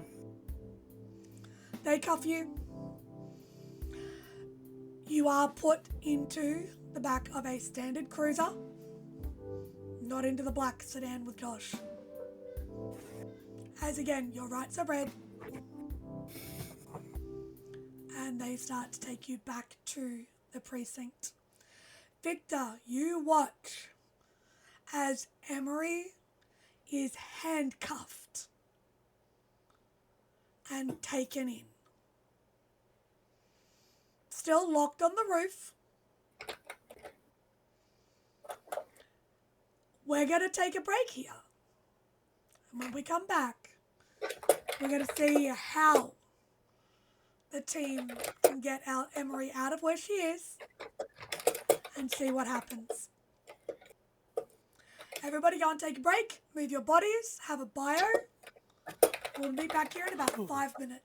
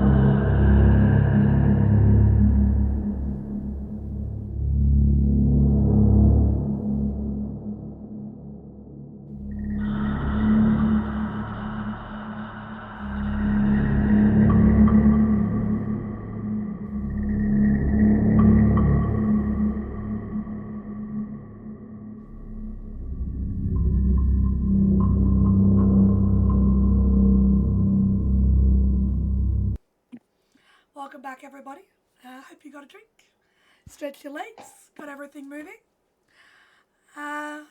Take a few deep breaths because the world got a little bit tense in here before the break.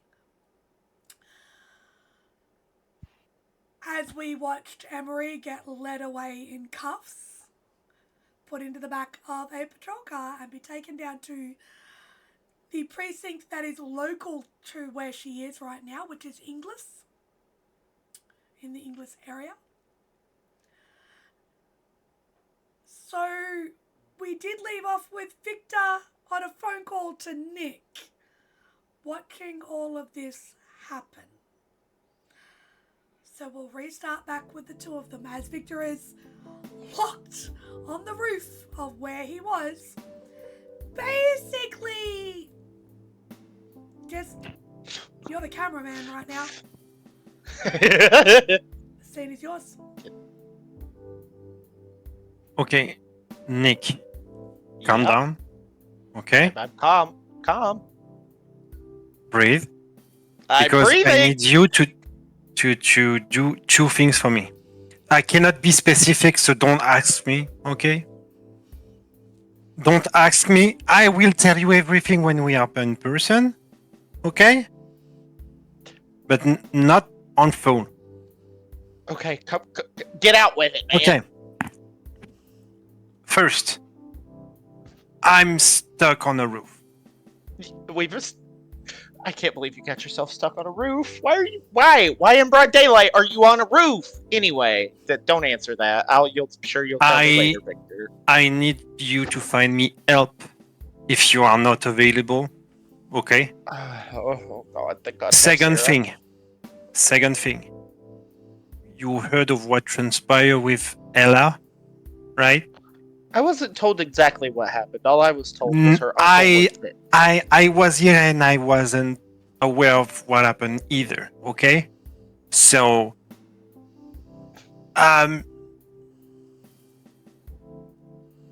I'm there, but I just saw M being taken away by police. Oh, for fuck's sake, what did y'all do? As we fucking speak. What did you... Oh God, I go away for one Okay. day and it falls apart. No. I think it's a different situation. I'm give you the precinct, okay? But I need help because I'm still stuck. So he's going to have a nervous laughter. I can't. Okay. Yeah. So Me neither. real quick, Okay. Emery, Yeah. I think is going to be more so okay than you right now. So Yeah. I'm going to come. At least, okay. Here's the thing. I know. Well, for the love of God, do not tell Ella what the fuck that. Don't tell Ella that. She will have a meltdown. And she's already not doing okay. I think so. Just so you know, someone was looking for me where I'm stuck. Okay? Mhm. And this someone is you know what you feel, sometimes? Like the When- uwu, the magical Yeah. bullshit, right? Yeah. Fuck. I think I'm safe, so I can stay here, okay, for a long period of time if needed, but I will need help. Well, I think you're, like I said, if Emery's going to jail, I think you're okay. I think she's gonna be more so okay, but maybe not. Okay, I guess I can't call Ella, so I have to call William, and that's not just as bad. I think telling Ella is a good choice. Don't tell William because he's going to be happy to say it to Ella. No, I meant so he would go take care of Emery and make sure she's not. This Sable situation is so fucked, Victor. Yeah. I don't know who to trust I- anymore. I don't know. I'm just in the fucking blur right now. I don't understand. I know. I would Sorry. like both of you to make me a wits and awareness roll, Oh shit. as you have just mentioned out loud over the phone.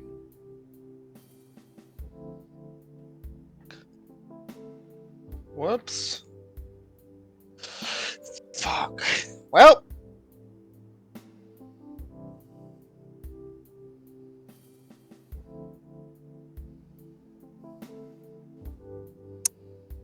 Fuck. You have no willpower left. Yep. What was your roll? 3 success. 3? Okay. I'm spending a point of willpower. Mm-hmm. That's 2 on 2 die. Probably not With a enough. 3 and a 2.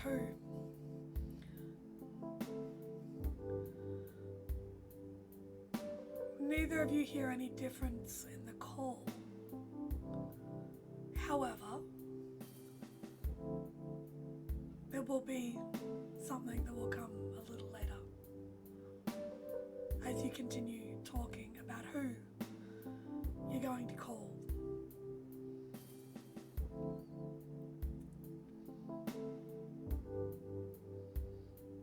Remember, you don't know this in character, so please continue.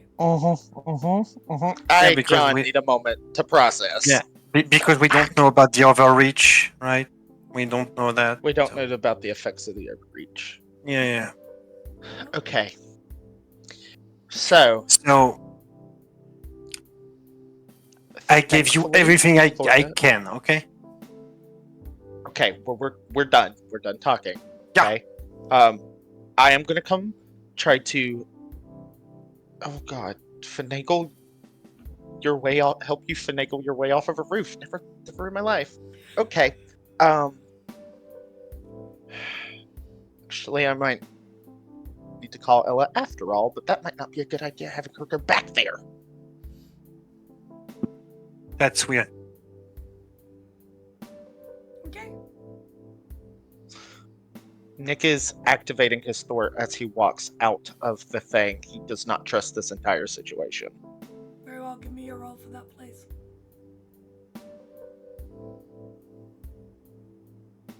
As you end the call, deciding who it is you're going to call next. Victor? Are you going to make the call to Deb? Yeah. Okay.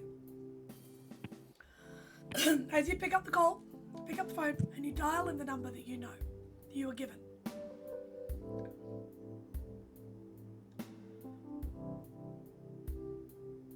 After a couple of rings, a voice answers. Yep. You got Deb.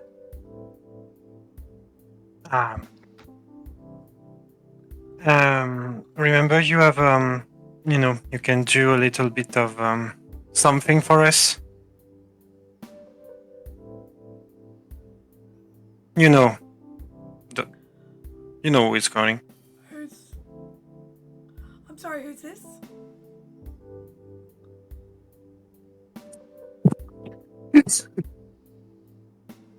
I'm sorry, we met. The line seems to be really... There seems to be some interference in the line. Sorry, Yeah. I can't quite hear... I can't hear your name right now. There seems to be some interference in the line. Do I pick up what she's saying? Maybe it's an insight roll to see if you pick up what she's putting down for you. Laying it on thick.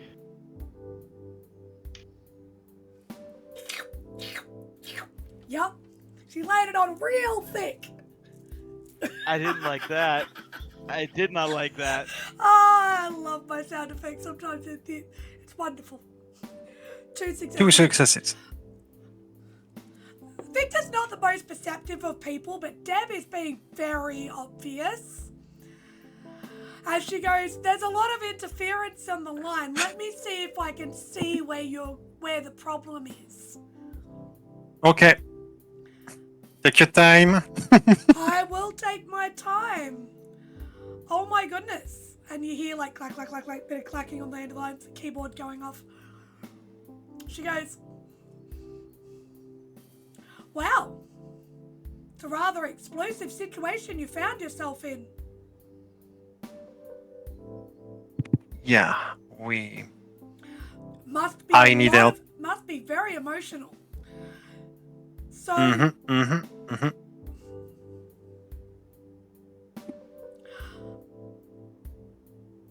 going to see if I can get you a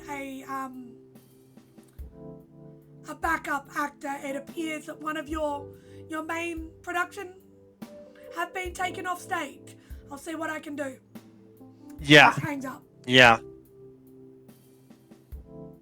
He's going to break the phone. Just to be sure. You're going to break the last line of communication you have to anybody? Okay. Yeah, just to be sure I'm not tracked. Especially, she's been very... As you break the phone, before you have told Nick what building you are on the roof of, and the actual location of where the incident occurred,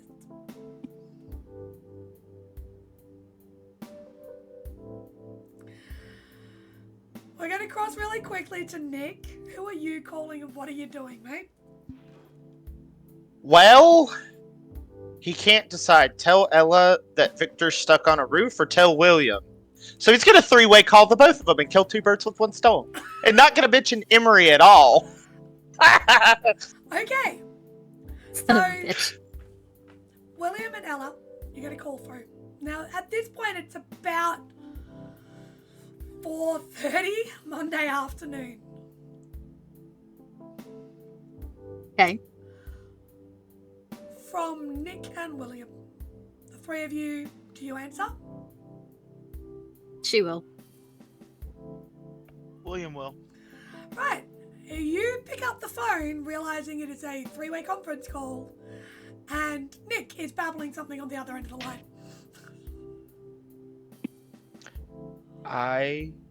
Apparently Victor's stuck on a roof. He didn't tell me where he's stuck on a roof at. What the hell did you get into, Ella? At least where did you get into it at would be helpful. Did he go back? I don't know. I don't know where he was at. You know what they say about guilty people returning to the scene Oh, of the crime? please, William, shut up.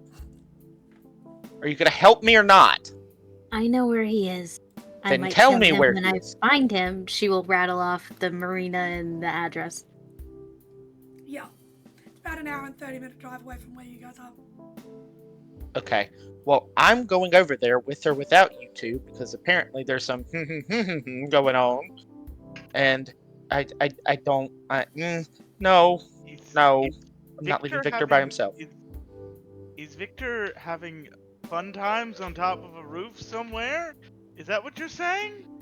I don't think he knows what that is. Anyway, anyway, are you two gonna help me or not? Clearly there's some people looking. I'm not entirely certain what we need to help with. Get him off the roof Why without can't an how did- incident? He got up there on his own. Can't he get down? He's not a cat. Do we need to call the fire department?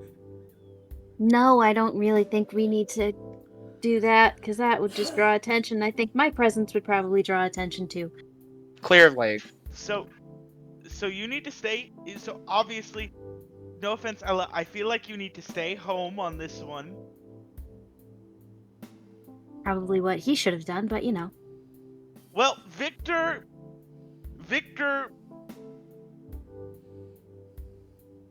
made decisions. You have no fucking idea.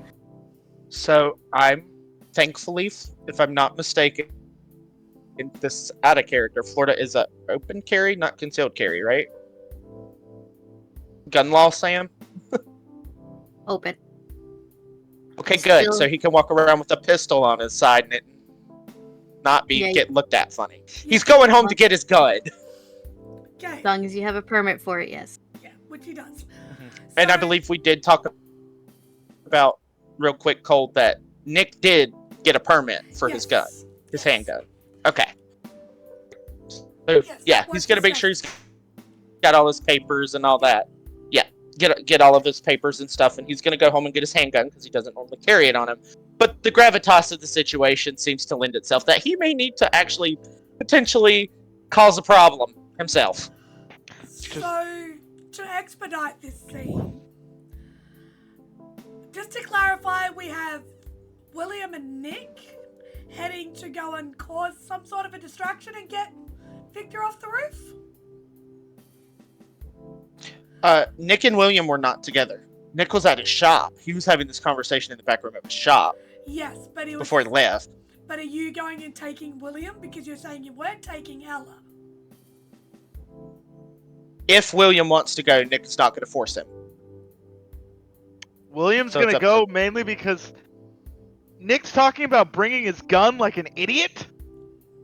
To a situation in which escalating this is just going to make it worse.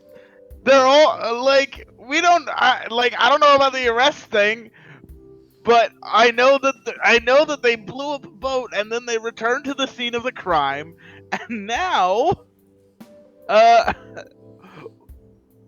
Now Nick is bringing a gun to the scene of a crime. So William's gonna go to try to talk some sense into Nick. So that way we can maybe not get arrested today. Can I just say, as your storyteller, when William is your voice of reason, abandon all hope, ye who enter. Correct.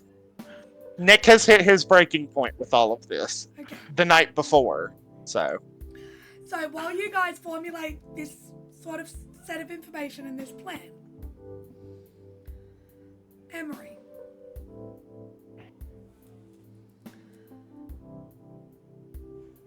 you are cuffed. It's not the first time you've been in handcuffs. A little bit of trouble when you were younger, but also training for hostage negotiation and things like that. Something that you know how to handle it. It's not a big deal. Where is her mind at as she is put in the back of the car, back of the cruiser, and taken down to the English precinct? I think she's probably in assessment mode. She's trying to assess if she's truly in absolute trouble or if she's going to have to take the fall for this. But she could sway for a bargain deal, things like that. Okay. So, during the ride, which is only about a 5 to 10 minute car ride, your thoughts run to a few different places.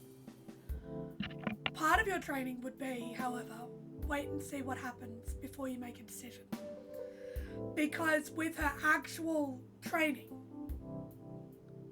all of her actual time spent in college through the Defence Force itself, you would have learned how to handle this situation. You arrive at the precinct, you are taken in, you are processed, prints, photos, everything. Given the opportunity to make a phone call, who would you call? I'm going to call Alicia. Okay. So it rings. She picks up. Hello, Alicia speaking. Hey. Hi. What's going on? You're a bit early. I'm going to need to rain check. I don't know when I'm going to be getting out, but I need you to let my sister know that I am at insert precinct here. What's going on? What happened? Are you okay? I am perfectly fine. There's just been some things going on and the potentially false allegations. I'm not really sure, but I'm working through it. Okay, can I have Ella's number? I would have given it to her before. So she's like, okay, I'll give her a call and let her know where you are. Are you sure you don't want me to come up? Have you got a car? Have you got the car today? No, she has it, which is why I kind of want her to know, but she's not picking up my calls right now. So please just let her know. Okay, sure. Are you sure you don't need me to come up there? I don't want you anywhere near here, please. Oh, For your safety. okay. Are you sure you're okay? Very sure. Thank you. Okay, I suppose I'd better go give her a call then. I'm sure I can handle a rain check. Thank you for letting me know. I appreciate that. Of course, you're my one and only call. Hearing that, she's like, what did you do? Hold on, what? Are you... I'm gonna hang up. What are you... As you hang up, Ella, you get a slightly frantic call from Alicia telling you that your sister is under arrest at the English precinct near where the incident occurred.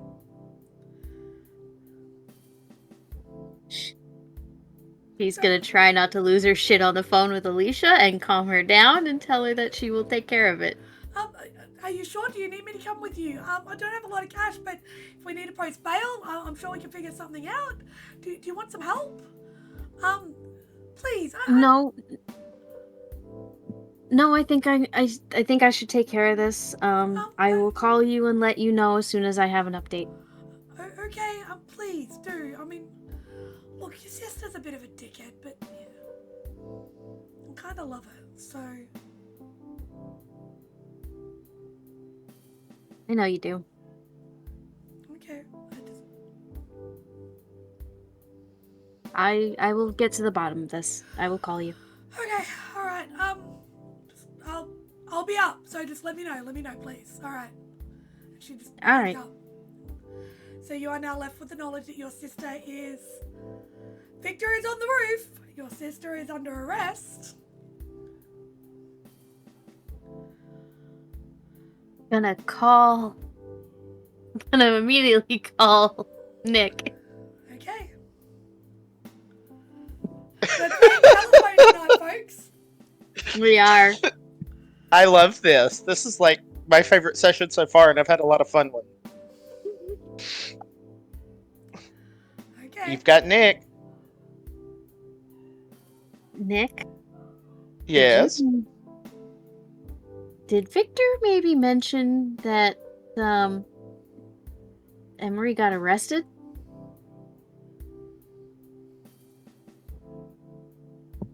He puts the phone on mute. Takes a minute. Because he knows what's about to happen.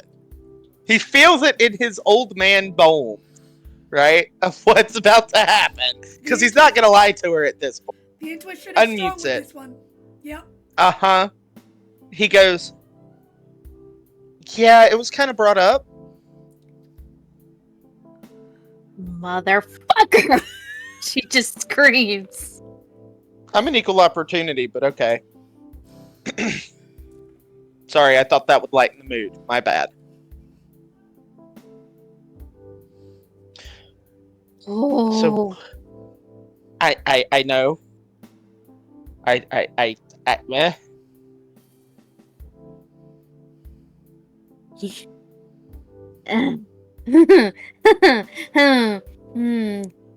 Do I let her suffer or do I call Dustin?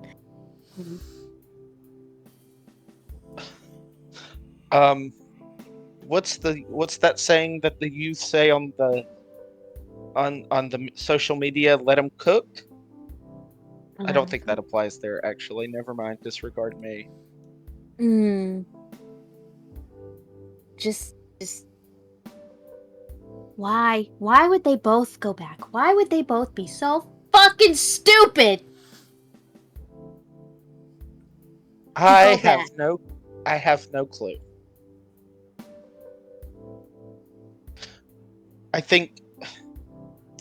I mean, a consolation prize, suppose. Victor's okay. He's just chilling. Just chilling on a roof. Yeah. God damn it. I need to call. Okay. I'm gonna Here's call what we'll do. You call your family member. Mm-hmm. We'll go back over the logistics later. Yeah. I've got William with me. Or I'm gonna have William with me at some point. Mm-hmm. Okay.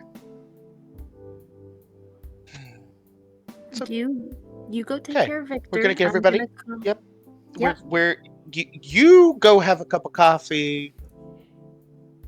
Take a nice deep drag of a cigarette or whatever you do, and just breathe, Ella. It's okay. We're gonna get this sorted out. You go take care of the dumbass on the roof. I will get the dumbass out of jail. One's under a roof, the other's on top of a roof. Quite the predicament. Yes. I will call you later. Yep, let me know how it goes. Quick. Mm-hmm. Calling Dustin. So we'll resolve the conversation with Dustin, then we'll do a quick jump back to Nick and William before I do a final check-in with Victor and Emery. So Ella, you pick up the phone, you call the number Mm-hmm. that you have for Dustin, your grandfather. Mm-hmm. You're just gonna, hey, how's it going? I would like you to give me a wits and insight roll straight away before Fuck. the call starts. God damn it. What was it again? I'm sorry. Wits and insight, please. No, your specialty That's my does not count. God damn it.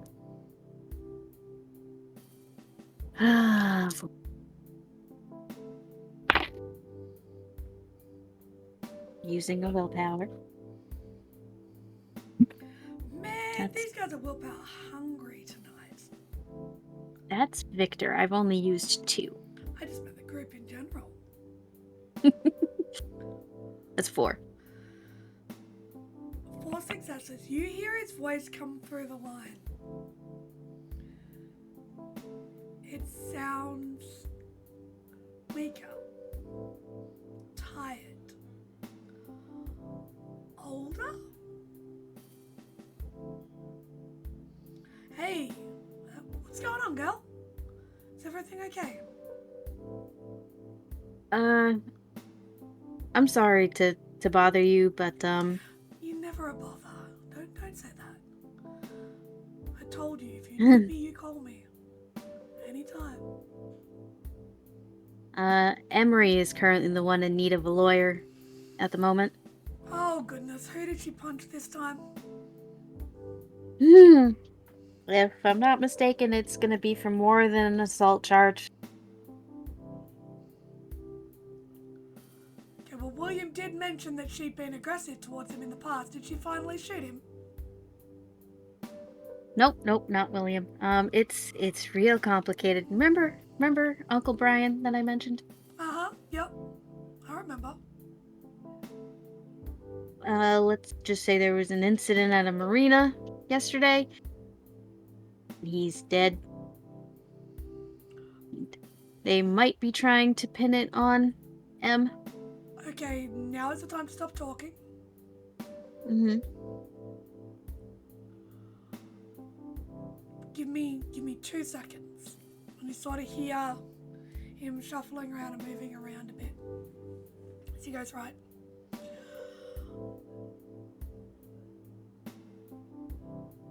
Things are a little bit complicated, but where is she?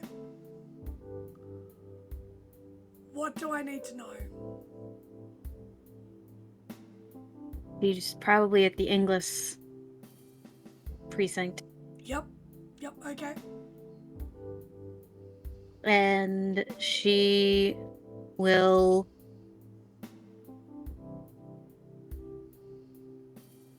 God, I don't know what she's gonna need. I don't know what they have. So what she needs is legal representation for now, yes? Yeah. Alright. I got that. Do you want to come with me? Probably not a good idea. Understood. Why am I not surprised you two got into trouble together? Alright. Let's just say that wasn't the initial plan. It runs in the family, apparently. So don't worry about it.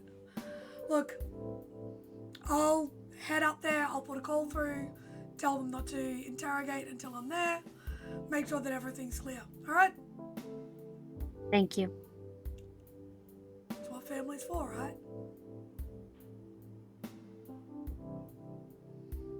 Alright. Be safe and try and keep the rest of those knuckleheads out of bit of trouble, will you? Actively working on it, trust me. Not a problem. Alright, darling. You be safe, okay? I'll talk to you soon. Thank you. It's okay. It's the least I can do. As he hangs up. So, William and Nick, what are you two doing? You heading down? Or are you picking William up? Or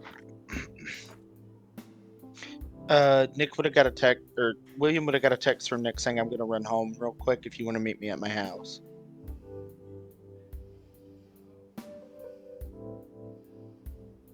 can't hear you. William, There we are.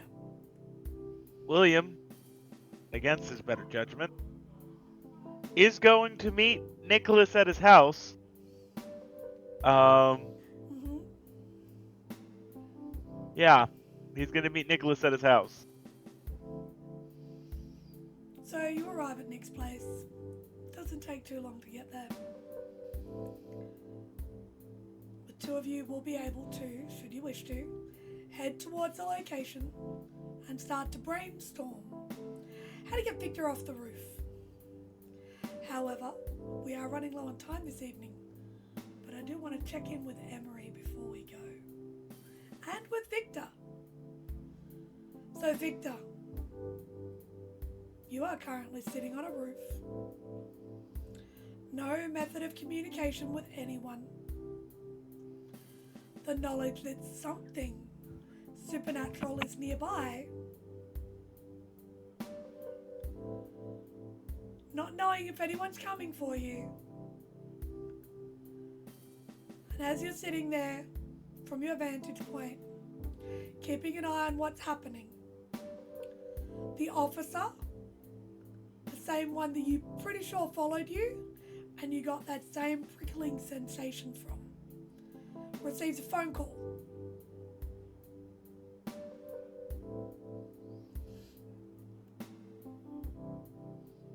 And he answers it, and he looks up, and he looks around up high.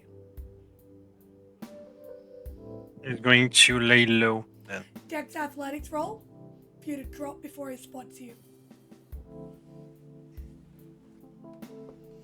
As he is actively scanning the roof line.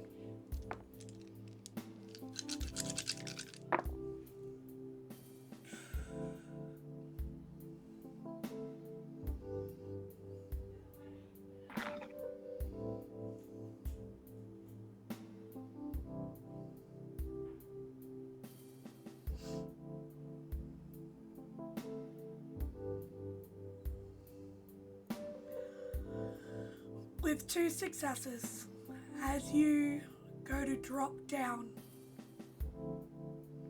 just as you drop below, just before you drop below the roof line, you make eye contact with this officer.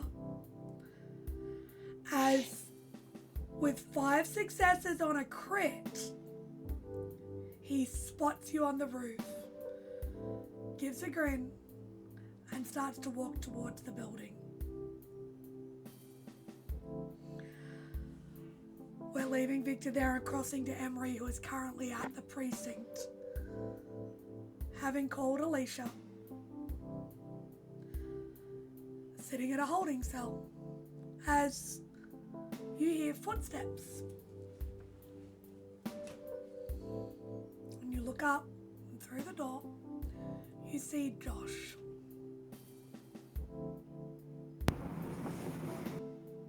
Staring at you.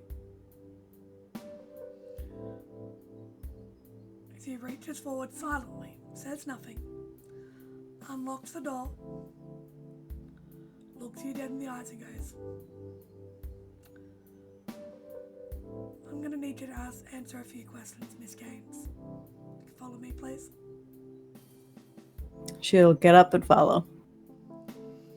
There is an officer that walks behind you as you are led into an interrogation room. Glass of water, plastic cup actually of water sitting on the table for you. You are uncuffed. There is a chair for you to sit on as Josh sits on the other side of the table. Starts a recording device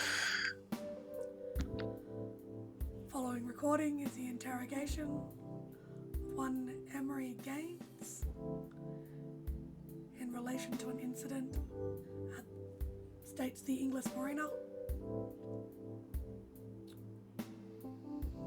Presiding officer,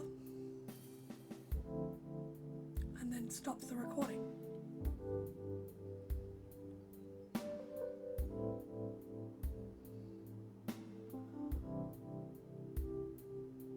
I'm giving you 10 seconds to tell me what I need to know before I need to continue this recording, before anyone notices something happens. What happened? Leech at the marina. Hunter uncle killed by Leech. Confirm kill? Confirmed kill. Evidence? Camera stake. Noted. Body. Press start. Adam Lane.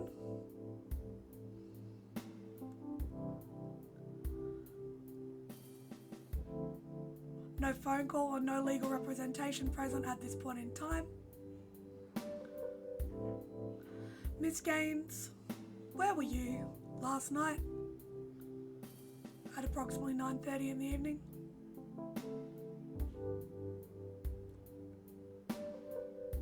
As he actually shakes his head as if to tell you to say nothing.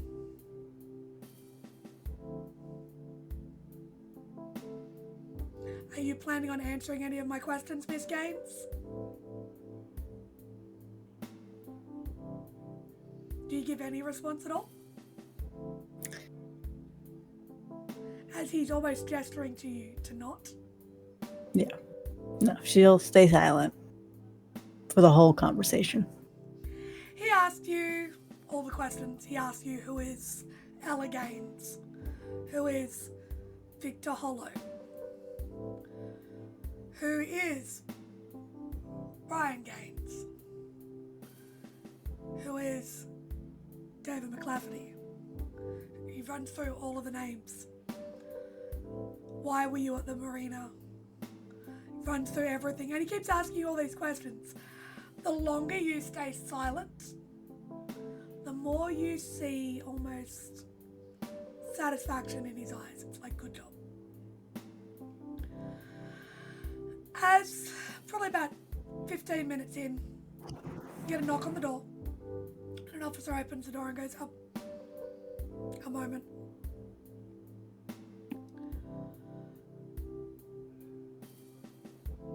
And Josh stands up and goes, very well. I knew here. Clearly, we've just had a phone call from someone claiming to be her lawyer. We cannot proceed anymore with questioning at this point in time. However, he said he can't make it until the morning.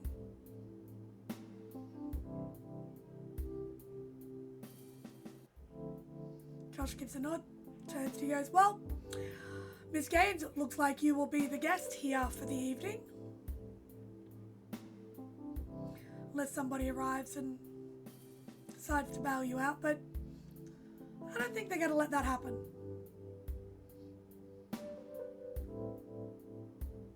He just looks at you and gives a nod. And I want you to make a composure resolve roll, please.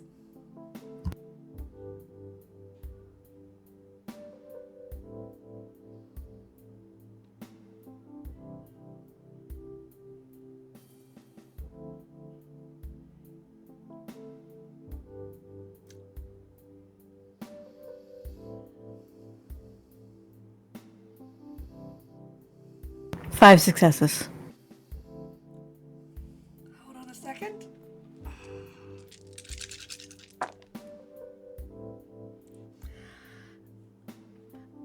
And as he gives a nod,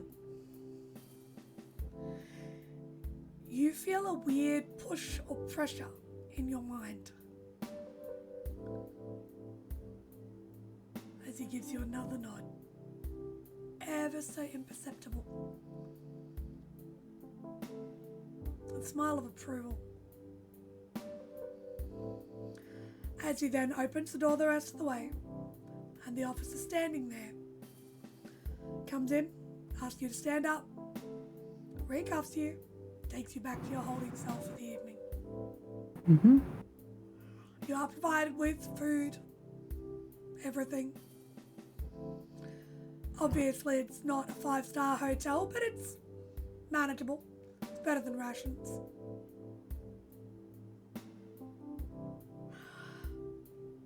But just before they call lights out, Josh walks back past. Night, Miss Gaines. Sleep well. I'll nod.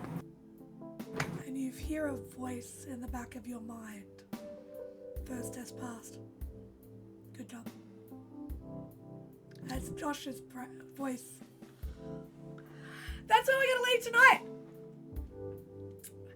With one Emery Gaines in jail, one Victor Hollow on the roof.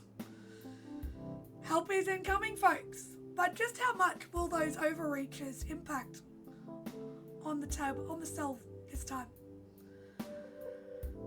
For all the desperation that occurs, sometimes you can push the danger slightly higher. Good night, everybody. Keep your eyes on the ground. We'll see you next episode.